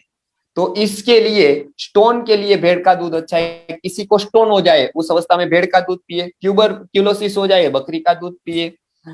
बाकी की अवस्था में गाय का दूध सबसे श्रेष्ठ है। विभिन्न भैंस का दूध, नींद नहीं आती है किसी को, आज बहुत इधर उधर भागते हैं, नींद नहीं आती है, तो थोड़ी नींद के लिए तामस गुण चाहिए, राजस बहुत बढ़ गया हो, तामस गुण चाहिए, उसको सुला देना है, तो भैंस का दूध। माहिष दुग्धम स्वप्न जनना नाम, भैंस का दूध नींद लाने में एकदम वो सोएगा, तो इसके लिए सबसे श्रेष्ठ है। वो भैंस के दूध का भी बताया। गाय का दूध सात्विकता में सबसे श्रेष्ठ है। जिसको अच्छा बनना है, राष्ट्र को अच्छा ले, तो गाय का दूध। और ये सभी इसमें तो क्यों ऐसा है, तो उसका लॉजिक हमारे वेदों में, शास्त्रों में बताया कि गाय है वो अग्र अग्र भाग खाएगी, अग्रम अग्रम गोचरती। अब देखो कि एक ऊपर का भाग जो होता है वो सात्विक होता है, मध्य का भाग राजस होता है, जमीन के नीचे जो होता है वो तामस, प्रायः तामस होता है। इसलिए लोग साधना करने वाले, ये सभी जैन लोग जो धर्म का पालन, जीव जंतु का विचार, अहिंसा का करते हैं, वो जमीन के नीचे हुए कंदों को प्रायः नहीं खाते हैं। वो ज्यादा भारी होता है, तामस होता है, नीचे रहता है तो ज्यादा भारी हो गया, तामस हो गया। मध्य में रहता है, राजस है। ऊर्ध्वम गच्छन्ति सत्वस्था, ऊपर वाला होगा वो सात्विक होगा। अब आपने गाय को कभी चरते हुए देखा होगा, तो गाय जो चरती है वो क्या चरती है? वो कोई भी वनस्पति को मूल से उखाड़ कर नहीं खाती, आपने देखा है।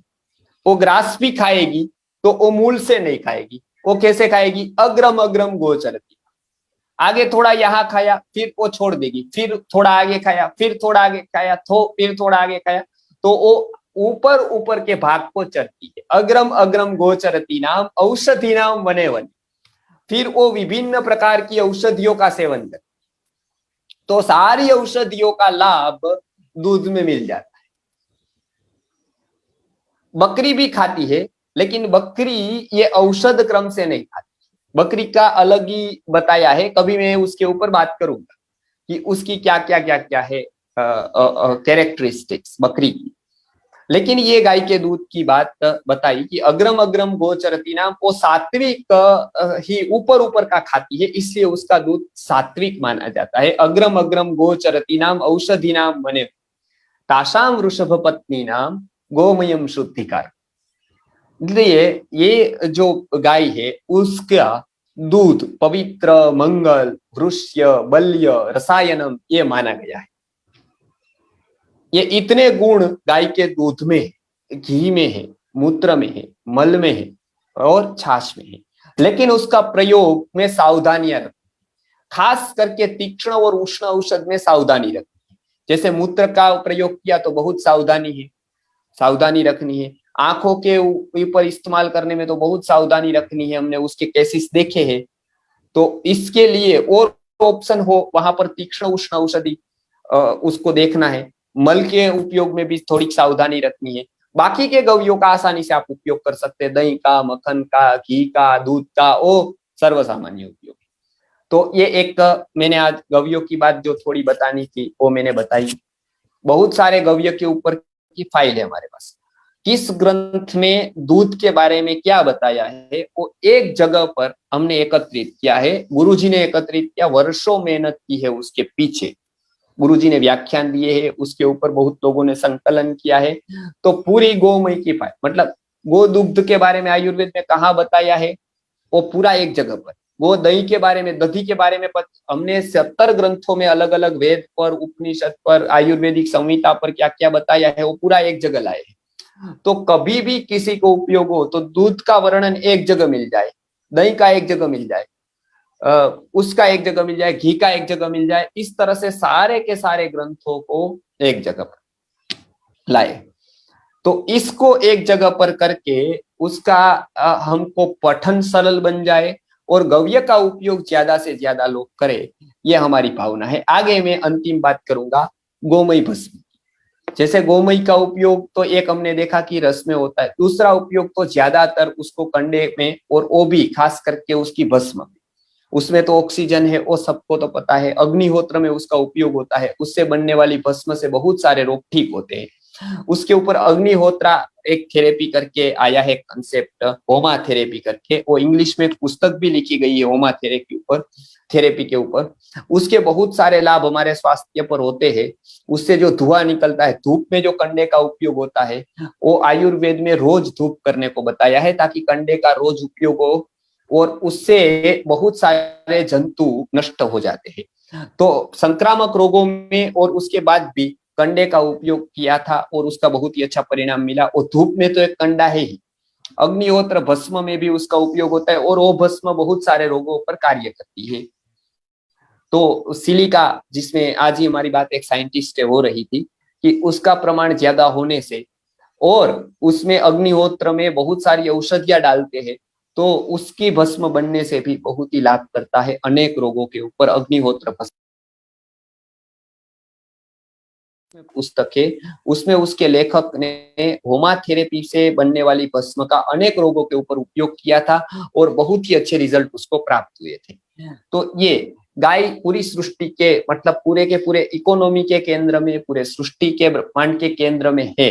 तो उसकी अनेक वस्तुओं का उपयोग करके हम बहुत ही अच्छा अपना स्वास्थ्य ठीक कर सकते हैं, राष्ट्र का स्वास्थ्य ठीक कर सकते हैं। बस उसका विवेक होना चाहिए, उसकी चिकित्सा की दृष्टि होनी चाहिए, कौन सा द्रव्य उसके साथ मिलाना है उसकी बुद्धि होनी चाहिए। इसलिए हमने अभी ये सारी फाइलें बताकर सरकार को अप्रोच किया था कि गवर्नमेंट, हम इसके बारे में निशुल्क शिक्षण देना चाहते हैं। हमारा कोई स्वार्थ नहीं है, नहीं कभी रहेगा। तो इसके लिए हमने एक कोर्स भारत साक्षर मिशन को दिया, अप्रोच किया। वो वैद्य यहाँ पर आए, डॉक्टर किशोर भाई बलदानिया करके जामनगर यूनिवर्सिटी के रस विभाग के एमडी और पीएचडी है, और वो वहां पर रस विभाग में रह चुके, पंचगव्य पर बहुत अच्छा कार्य कर रहे हैं। उन्होंने हमको बताया कि आप अपना कोर्स दो। मैंने पूरे संस्कृत में लिखकर उसको भेजा था, जो गुरुवर्य ने बनाया है।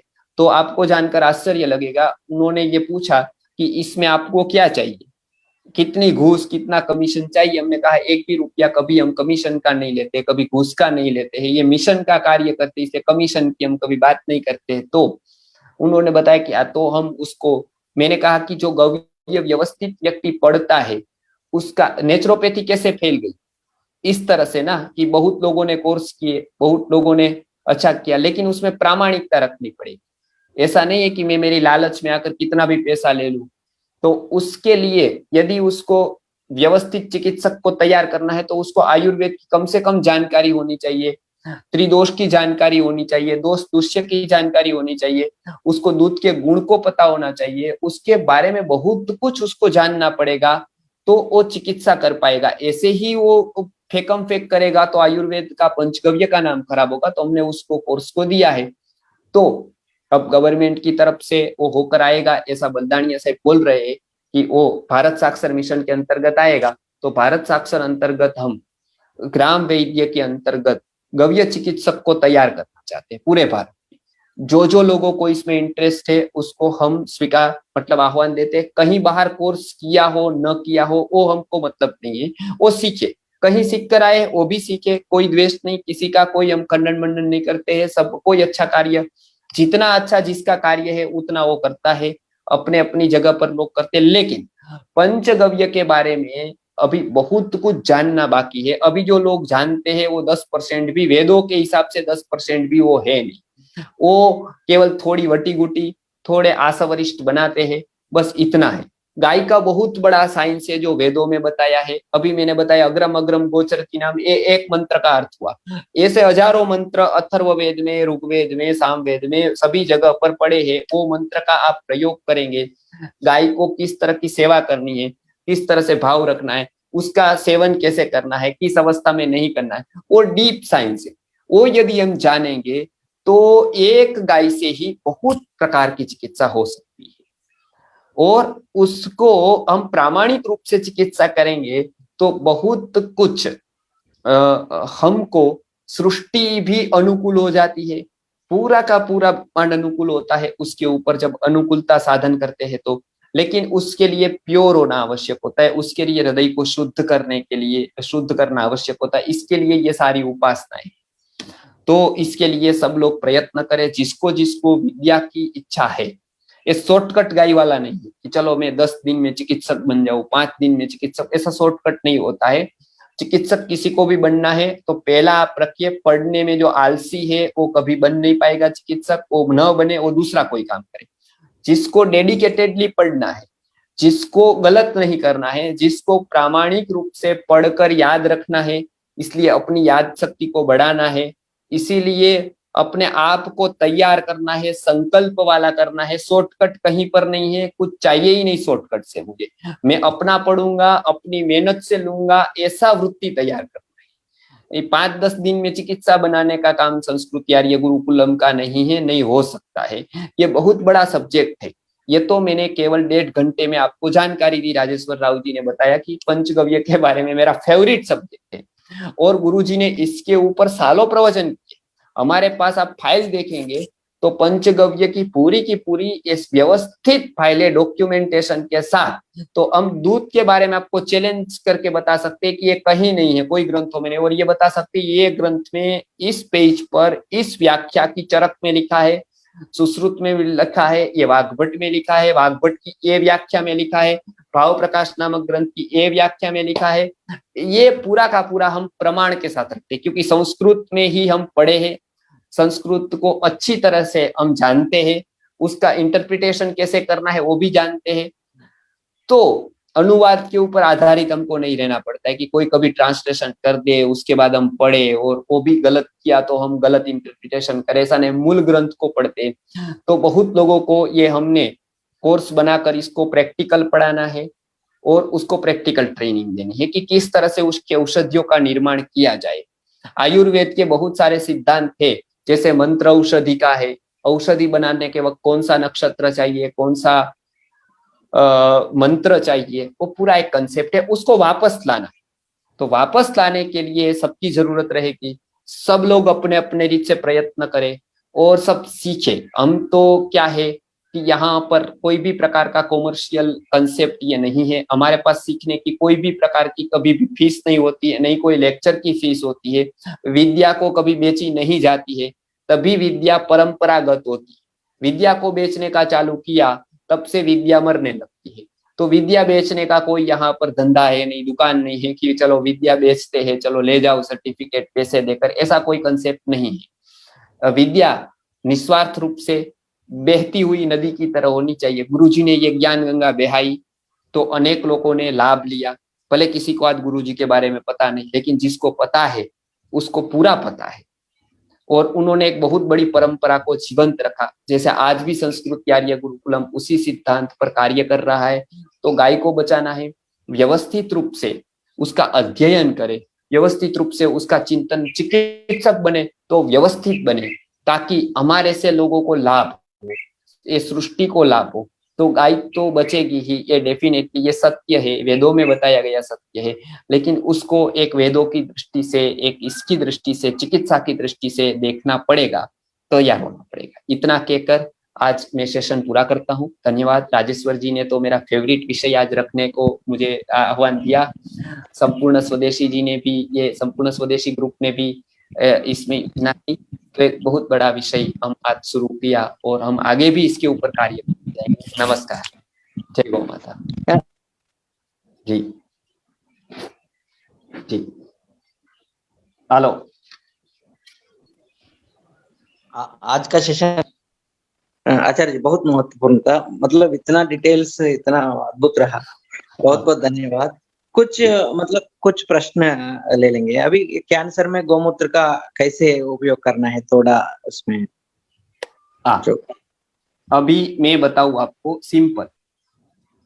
गोमूत्र सीधा पी सकते हैं आप, तो पहला नंबर गोमूत्र सीधा पीने का ही है, ये मैं बताता हूँ। अर्क है, वो अर्क प्रकाश नामक ग्रंथ जब छपा, जो रावण का अर्क प्रकाश, अर्क संहिता मिलती है, वहां से सभी अर्कों का प्रचलन प्रायः हुआ है। चरक सुश्रुत में अर्क का विधान नहीं, तो वो बाद में आया है, अच्छा है वो, लेकिन सीधा पी सकते हैं। तो गोमूत्र का तो बहुत ही अद्भुत वर्णन सभी ग्रंथों में मिलता है, लेकिन वो गोमूत्र का है। तो गोमूत्र पूरा का पूरा ले लीजिए। 1 चम्मच गोमूत्र के साथ हरिद्राखंड नामक एक औषधि एक आती है, कैप्सूल आती है, क्योंकि हल्दी में सबसे ज्यादा कर्क्यूमिन पाया जाता है। हरिद्राखंड कैप्सूल 2 कैप्सूल, उसको गोमूत्र 1 चम्मच लेकर, 1 चम्मच को छान कर, 2 चम्मच या 1 चम्मच ले, उसको छान ले, लगभग 8 बार 10 बार छान ले कपड़े से, या कपड़ा का ये फोल्ड करके उससे छान सकते हैं, फिर उसको पी जाए तो आपको कैंसर में बहुत ही इफेक्ट मिलेगी। और फिर 2 घंटे तक खाना नहीं। कभी भी आप गोमूत्र का सेवन करते हैं उसके बाद कुछ खाना नहीं है, नहीं तो गोमूत्र की असर कम हो जाती है। तो उसके जो पाचन काल चाहिए, तीक्ष्ण उष्ण होने से वो अग्नि को बढ़ाता है तुरंत ही, तो उसके बाद डकार आएगी, आपको उल्टी हो जाएगी यदि बाद में तुरंत कोई कुछ खाया तो। इसके लिए आपको आधे घंटे, मिनिमम 1 घंटे तक कुछ खाना नहीं। तो ये प्रयोग है, हरिद्राखंड की कैप्सूल ले, उसका पाउडर ले, वो पाउडर को गोमूत्र के साथ ले। कैंसर में प्रायः सभी कैंसरों में एक कॉमन दवाई के रूप में है, वो बहुत ही अच्छा इफेक्ट देती है। आगे यदि वो नहीं मिल सके तो अर्क का मना नहीं करते, अर्क के ऊपर भी बहुत बड़ी इकोनॉमी है, उसका काम करना ही चाहिए।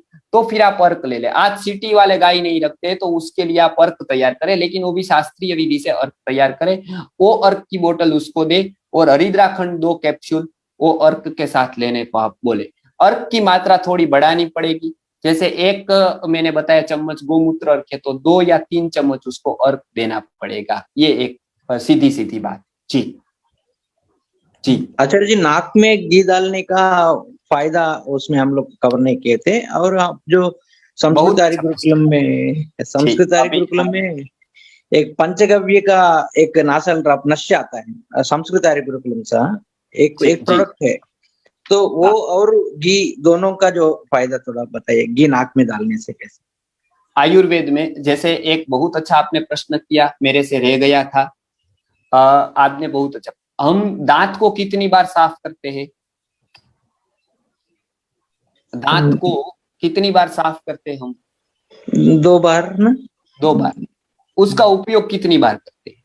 दांत को साफ 2 बार करते हैं, सुबह साफ करते हैं, शाम को साफ करते हैं, ठीक है। ज्यादा से ज्यादा 3 बार कोई करता होगा, दोपहर में करता होगा तो करता होगा, बराबर है। उपयोग कितनी बार करते हैं? लगभग 5 बार, बराबर ना। कुछ खाते हैं तब दांत का उपयोग होता है, तो खाते हैं हम 5-6 बार, कुछ खा लिया ऐसा, कुछ पी लिया, समझ गए ना।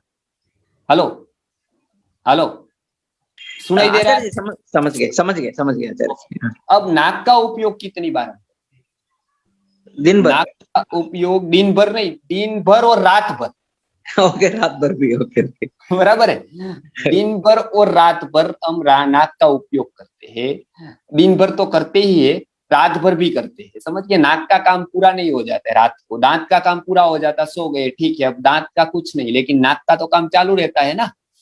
तो दिन भर और रात भर जिसका हम कार्य कर रहे हैं उसको साफ कितनी बार करते हैं? हम साफ एक बार नहाते वक्त एक बार कर। वो भी नहाते वक्त करता होगा तो बाहर से ही करता है, बराबर है, अंदर से तो कोई करता नहीं।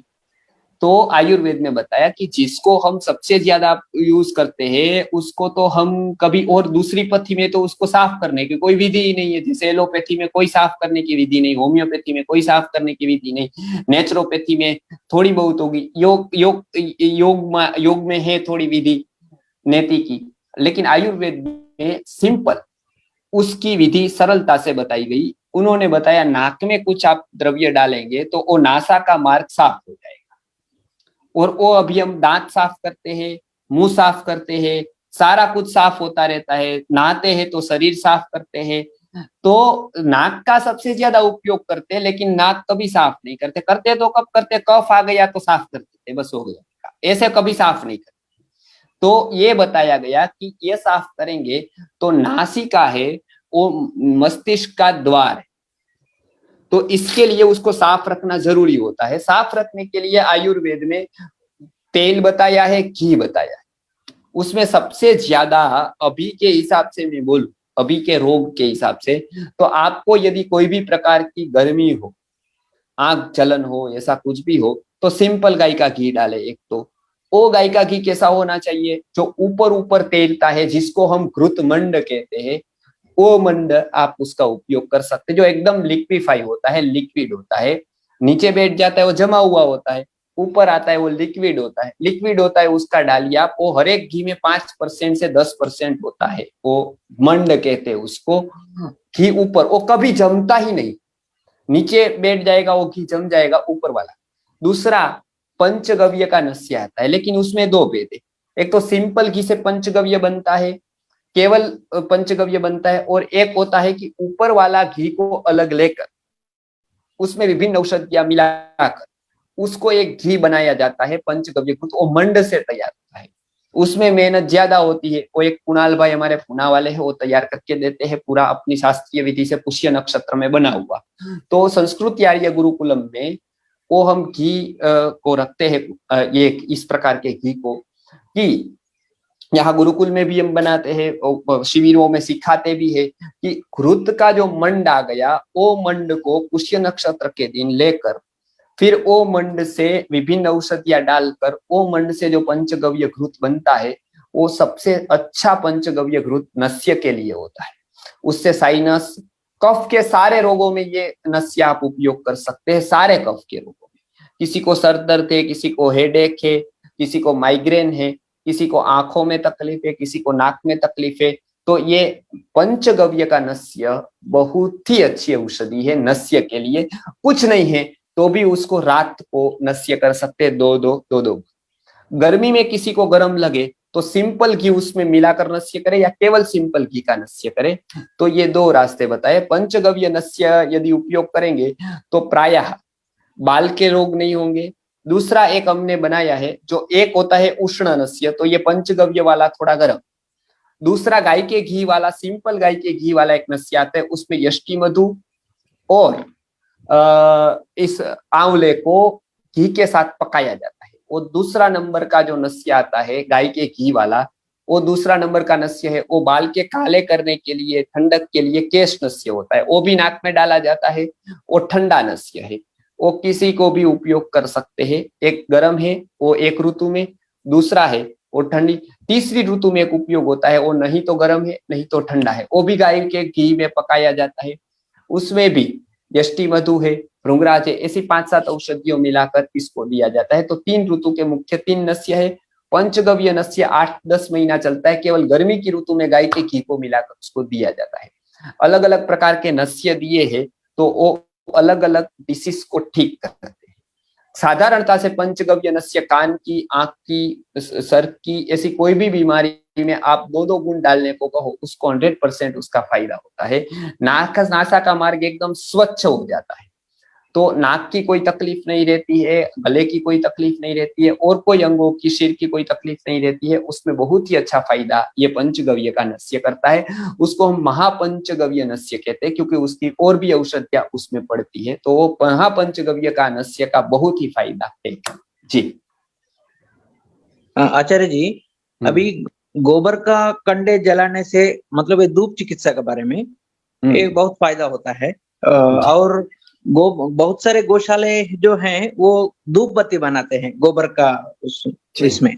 तो इससे, क्योंकि हर एक मंदिर अगर यूज करना शुरू करे, अगर हर एक मंदिर में हर एक गोभक्त भी अपना घर में गौशाला धूप ये सब शुरू करने से गाय बचना जो है बहुत आसान हो जाती है। तो इसका महत्व क्या है धूप चिकित्सा के अनुसार, आयुर्वेद के अनुसार, जो महत्व गोबर कंडे जलाने में और गोबर का धूप घर में यूज करने में? आयुर्वेद की चरक संहिता से भी प्राचीन एक संहिता है, उसका नाम है काश्यप संहिता। काश्यप संहिता पूरी की पूरी आज मिल नहीं रही है, वो खंडश मिल रही है, क्योंकि जब नालंदा यूनिवर्सिटी जलाई गई तब उसमें बहुत सारी प्रत थी, वो काश्यप संहिता की थी। तो उस समय काश्यप संहिता की सारी प्रतें जल गई। उसके बाद मुस्लिमों के आक्रमण हुए, उसमें प्रायः काश्यप संहिता उस टाइम से ही अप्रसिद्ध होने लगी। पूज्य गुरुवर्य ने और हेमराज शर्मा जी करके एक नेपाल के विद्वान है, जो राजपुरोहित रहे नेपाल के राजा के, तो उन्होंने मिलकर इसके ऊपर मतलब कार्य किया और काश्यप संहिता को ढूंढकर कंपाइलेशन करके आज मिल रही है काश्यप संहिता। वो काश्यप संहिता में धूप कल्प नाम का एक पूरा का पूरा अध्याय आया है, धूप कल्प। वो अध्याय में ये बताया गया है कि कोई भी रोग में एक प्रकार का धूप। अब देखिए, हम जो औषधि का 3 स्वरूप होता है, एक स्वरूप होता है वो घन स्वरूप है, एक लिक्विड स्वरूप है और एक है वायु गैस स्वरूप। आपको समझ गए? अब गैस स्वरूप होता है तो वो बहुत ही इफेक्टिव होता है, सूक्ष्म होता है। गाय के गोबर में जितने भी तत्व है, वो तत्व कब मिलेंगे? जब गोबर का व्यवस्थित रूप से हम धूप करेंगे तब। अब गोबर का धूप 2 रीत से होता है, एक तो वो पूरा जलने पर होता है, एक तो कम जलने पर होता है। कम जलने पर धुआं ज्यादा होता है, पूरा जलने पर धुआं कम होता है। कम जले और वो धुआं निकले, वो कच्चा धुआं कहा जाता है, वो मतलब इतना अच्छा नहीं है जो पका धूप करे। तो धूप बत्ती का कंसेप्ट बहुत अच्छा है। कोई भी गौशाला अपनी गौशाला में धूप बत्ती का मैकेनिज्म के लिए मशीन रखे, सीख कर। वो औषधि कुछ मेंदा लकड़ी उसमें लगती है, कुछ और सुगंधित औषधियां जटामासी जैसी लगती है, और सुगंधी द्रव्य लगते हैं, वो द्रव्य उसमें डाले। वो द्रव्य डालकर वो प्योर धूप बत्ती गोबर के कंडे से, मतलब गोबर से बनाए शेप देकर, तो वो धूप बत्ती को जलाने से वो पूरी जलती है। पूरी जलती से उसका धूप होता है विभिन्न औषधियों का। वो धूप करने से बहुत सारे रोग दूर होते हैं, बहुत सारे रोग नष्ट होते हैं, ऐसे बहुत सारे ग्रंथों में बताया गया है। तो धूप चिकित्सा अर्थात प्रत्येक रोगों में, अब एक प्रकार की तो धूप बत्ती सब बनाते हैं, लेकिन कोई गौशाला ऐसी बनाए विभिन्न रोगों के ऊपर, हम उसके लिए मार्गदर्शन करेंगे कि किस रोग में कौन सी औषधि आपको गोबर के साथ मिलानी है। तो एक काम करे, फिर वो दूसरा न बनाए, केवल एक धूप बत्ती के ऊपर कॉन्सेंट्रेट करे। आज क्या है, सब लोगों को ये लालच लगती है कि मैं सब कुछ बना लूं, 5 गाय है तो सब कुछ नहीं बन सकता है, लेकिन वो कौन सा एक के ऊपर एकाग्र करे। तो वो गहरे जा सकते हैं, संशोधन कर सकते हैं। तो हम तो कहते हैं कि कोई गौशाला ऐसी हो जो विभिन्न रोगों के ऊपर केवल धूप बत्ती बनाए, बाकी और कुछ ना बनाए, केवल धूप बत्ती पर। तो बहुत सारे रोगों में अलग अलग धूप हो सकते हैं। जैसे बुखार के लिए अलग धूप हो गया, साइनस के लिए अलग हो गया, माइग्रेन के लिए अलग हो गया, और विभागों के लिए अलग हो गया, धूम्रपान के लिए, गले के रोगों के लिए अलग हो गया। तो इस तरह से धूप का बहुत ही अच्छा प्रभाव होता है। लेकिन एक सामान्य प्रभाव है एंटीबैक्टीरियल, एंटीवायरल जो गुण है गोबर में, उसके साथ सामान्य औषधियां भी मिलाई जाए, नीम जैसी या फिर बिली जैसी या फिर ऐसी उदुम्बर जैसी, तो उससे भी अच्छा काम तो होगा ही। लेकिन एक धूप चिकित्सा, पूरी एक चिकित्सा अलग है। उसमें पलंग कषादी धूप कोरोना के ऊपर अभी गुजरात में चालू किया था। वैद्य एक गुजरात के प्रसिद्ध है, दमनिया साहिब, उन्होंने ये सजेस्ट किया था। चरक संहिता में चिकित्सा स्थान में ये धूप था, जो उनके पास गए उन्होंने ये सजेस्ट किया उनको, पलंग कषादी। मैंने भी यहाँ पर वो धूप सजेस्ट किया था। वो धूप से इतना अच्छा परिणाम मिला, जहां जहां जिस एरिया में ये धूप किया गया, उस समय जो दूसरी लहर आई थी जिस टाइम, तो उस एरिया में वहां पर कोई बीमार नहीं पड़ा। बहुत कम, रेयर पड़ा होगा कोई, लेकिन जानने में आया कि वहां पर सब स्वस्थ थे। तो वो धूप लेकर रोज शाम को निकलते थे। तो धूप चिकित्सा का बहुत प्रभाव है। ये तो मैंने अभी का बताया। मैं बात करता हूँ 95 की। अभी 1995, ये सुनने जैसी बात है, बहुत साइंटिफिक है और इसके एविडेंस है हमारे पास। 1995 में कंजक्टिवाइटिस का वायरस वाराणसी में फैला। इतना फैल गया कि वाराणसी के पहले गांवों से शुरुआत हुई उसकी, वहां से वायरस होकर यहाँ पर आया। मतलब तो वो लोग, वायरस आया तो आंख आ गई। अब आंख का ऐसा होता है, आंख आने का रोग, कि इतने वायरस स्पीड से आते हैं इसके, कि सामने से कोई 80 की स्पीड से बाइक लेकर आता है, 60 की स्पीड से बाइक लेकर आता है, इस जगह से भी वो 60 की स्पीड से सामने से आता है, बराबर है। अब उसको स्पीड से इधर गया, उधर से आया, दोनों क्या कितनी देर के लिए मिलती है? मानो उसने देखा कि ये कौन है, तो ये स्पीड से जाता है, वो भी स्पीड से आता है, दोनों क्या सेकेंड्स में मिलती है, माइक्रो सेकेंड्स पर।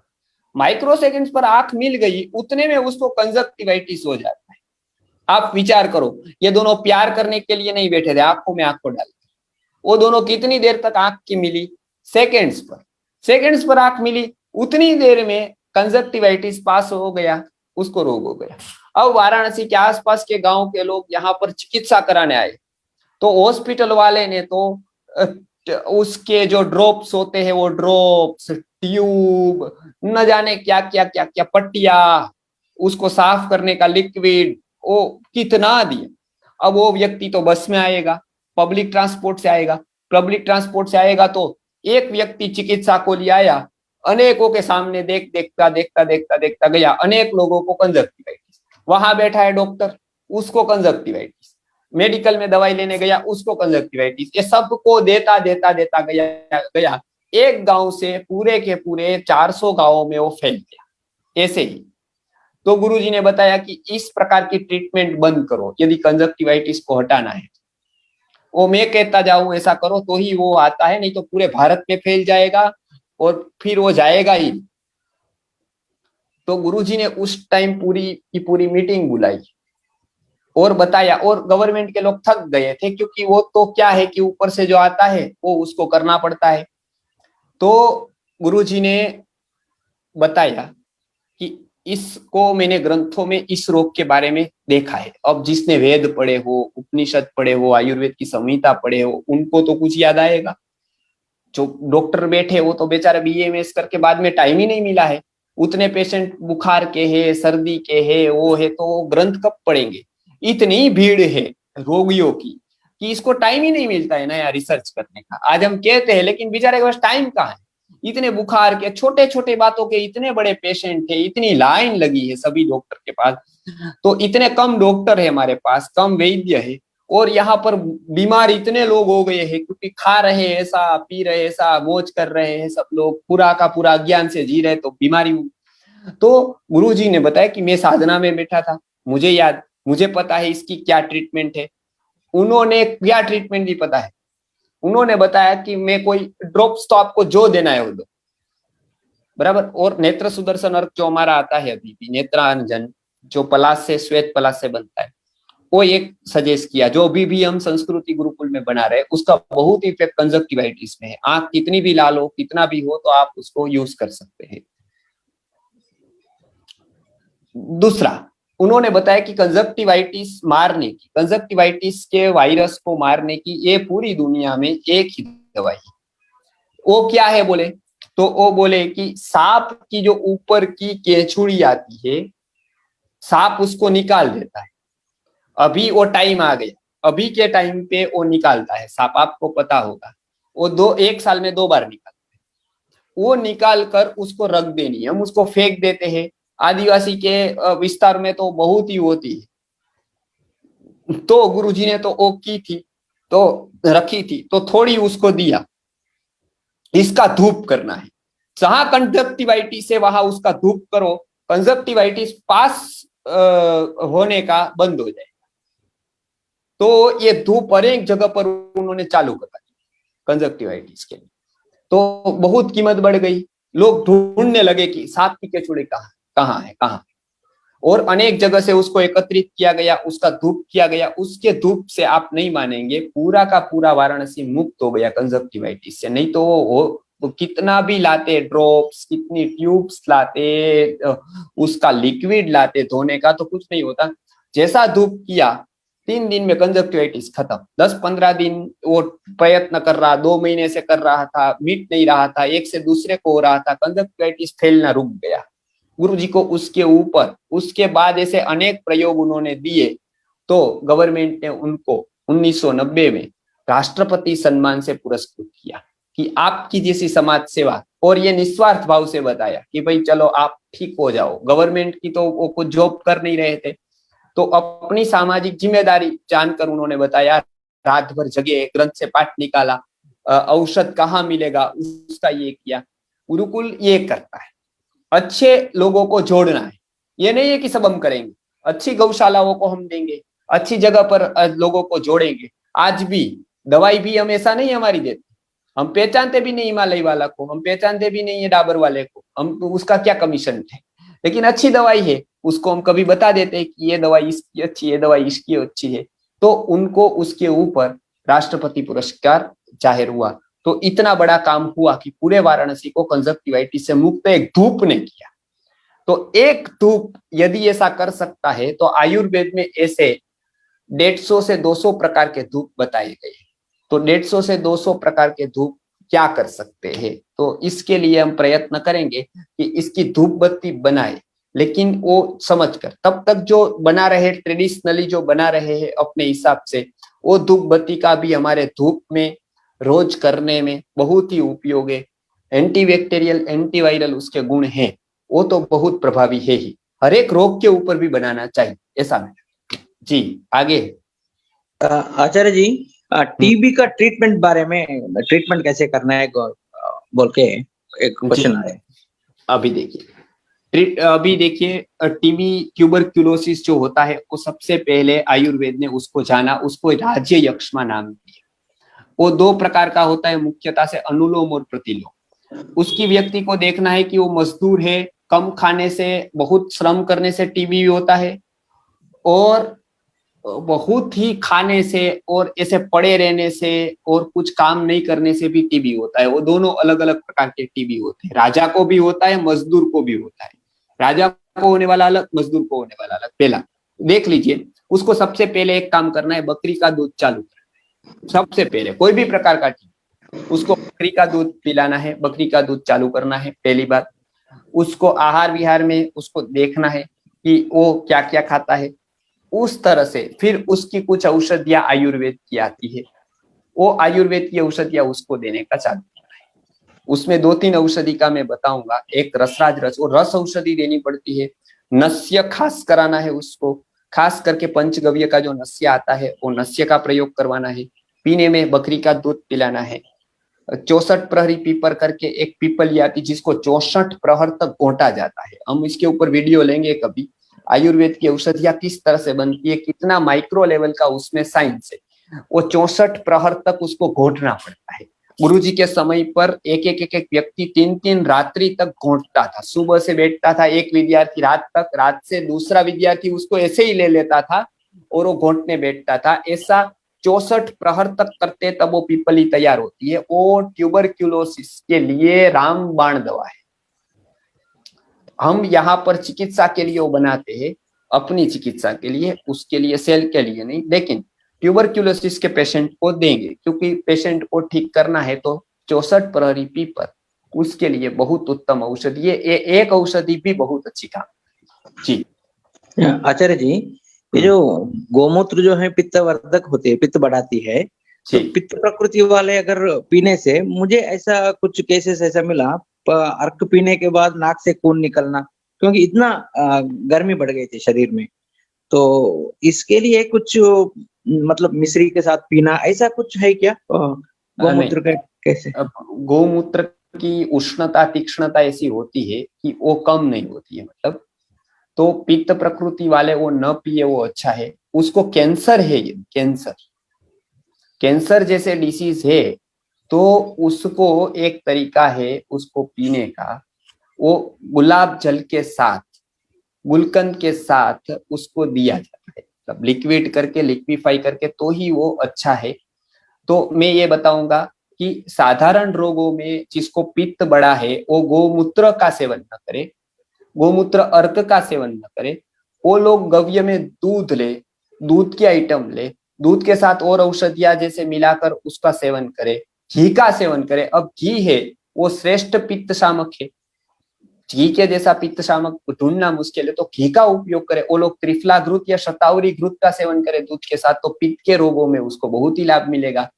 तो गोमूत्र का अर्क है वो कोई स्पेसिफिक लोग जो पित्त प्रकृति वाले नहीं है वो यूज करे। पित्त प्रकृति वाले को गव्य सेवन करना है, वो गो घृत से बना हुआ शतावरी घृत, गो घृत से बना हुआ जीवंत्यादि घृत, गो घृत से। अच्छा, खून के लिए मैं बहुत अच्छी औषधि बताता हूँ, हम महिलाओं के लिए उपयोग करते हैं। एलोपैथी दवाई काम नहीं देती है, वहां पर ये दवाई काम देती है। उसका नाम है दुर्वादि घृत। दुर्वा नाम का एक घास आता, आपको पता होगा, वो दुर्वा घास का एक घी बनता है। दुर्वा का लक्षण है उसको कहीं से भी खून बहता हो तो दुर्वा घृत का सेवन ब्लीडिंग पर बहुत अच्छा काम करता है। तो गाय के दूध में, गाय के घी में दुर्वा डालकर उसका एक घी बनता है, वो घी का सेवन करें आप, पित्त प्रकृति वाले, बहुत ही लाभ देगा उसको। तो पित्त प्रकृति वाले के लिए अर्क नहीं है, गोमूत्र का सेवन न करे वो। और जो पतले शरीर वाले हैं, जो बिल्कुल उसकी बॉडी कम है, वो सेवन न करे। टीबी वाले गोमूत्र का सेवन न करे, गोमूत्र अर्क का सेवन न करे, वो घी का सेवन करे, दूध का सेवन। तो ये मैंने वो पूरा का पूरा हमको नॉलेज देना पड़ेगा कि भाई सब लोग सबका सेवन न करे। ये स्पेसिफिक कैटेगरीज है कि ये कैटेगरीज वाले इसका सेवन करे, ये कैटेगरीज वाले इसका सेवन, नहीं तो उसको गव्य के ऊपर से विश्वास उठ जाएगा, उसको लगेगा कि ये सारी दवाई साइड इफेक्ट है, लेकिन एक का भी कोई साइड इफेक्ट नहीं है, बस समझ कर लेना जरूरी होता है। आचार्य जी, ये पंचगव्य कोर्स जो है, अगर वो लोग कमेंट दे रहे हैं, पंचगव्य कोर्स जो है उसका कुछ आप डिटेल्स देंगे या बाद में गवर्नमेंट अप्रूवल आने के बाद?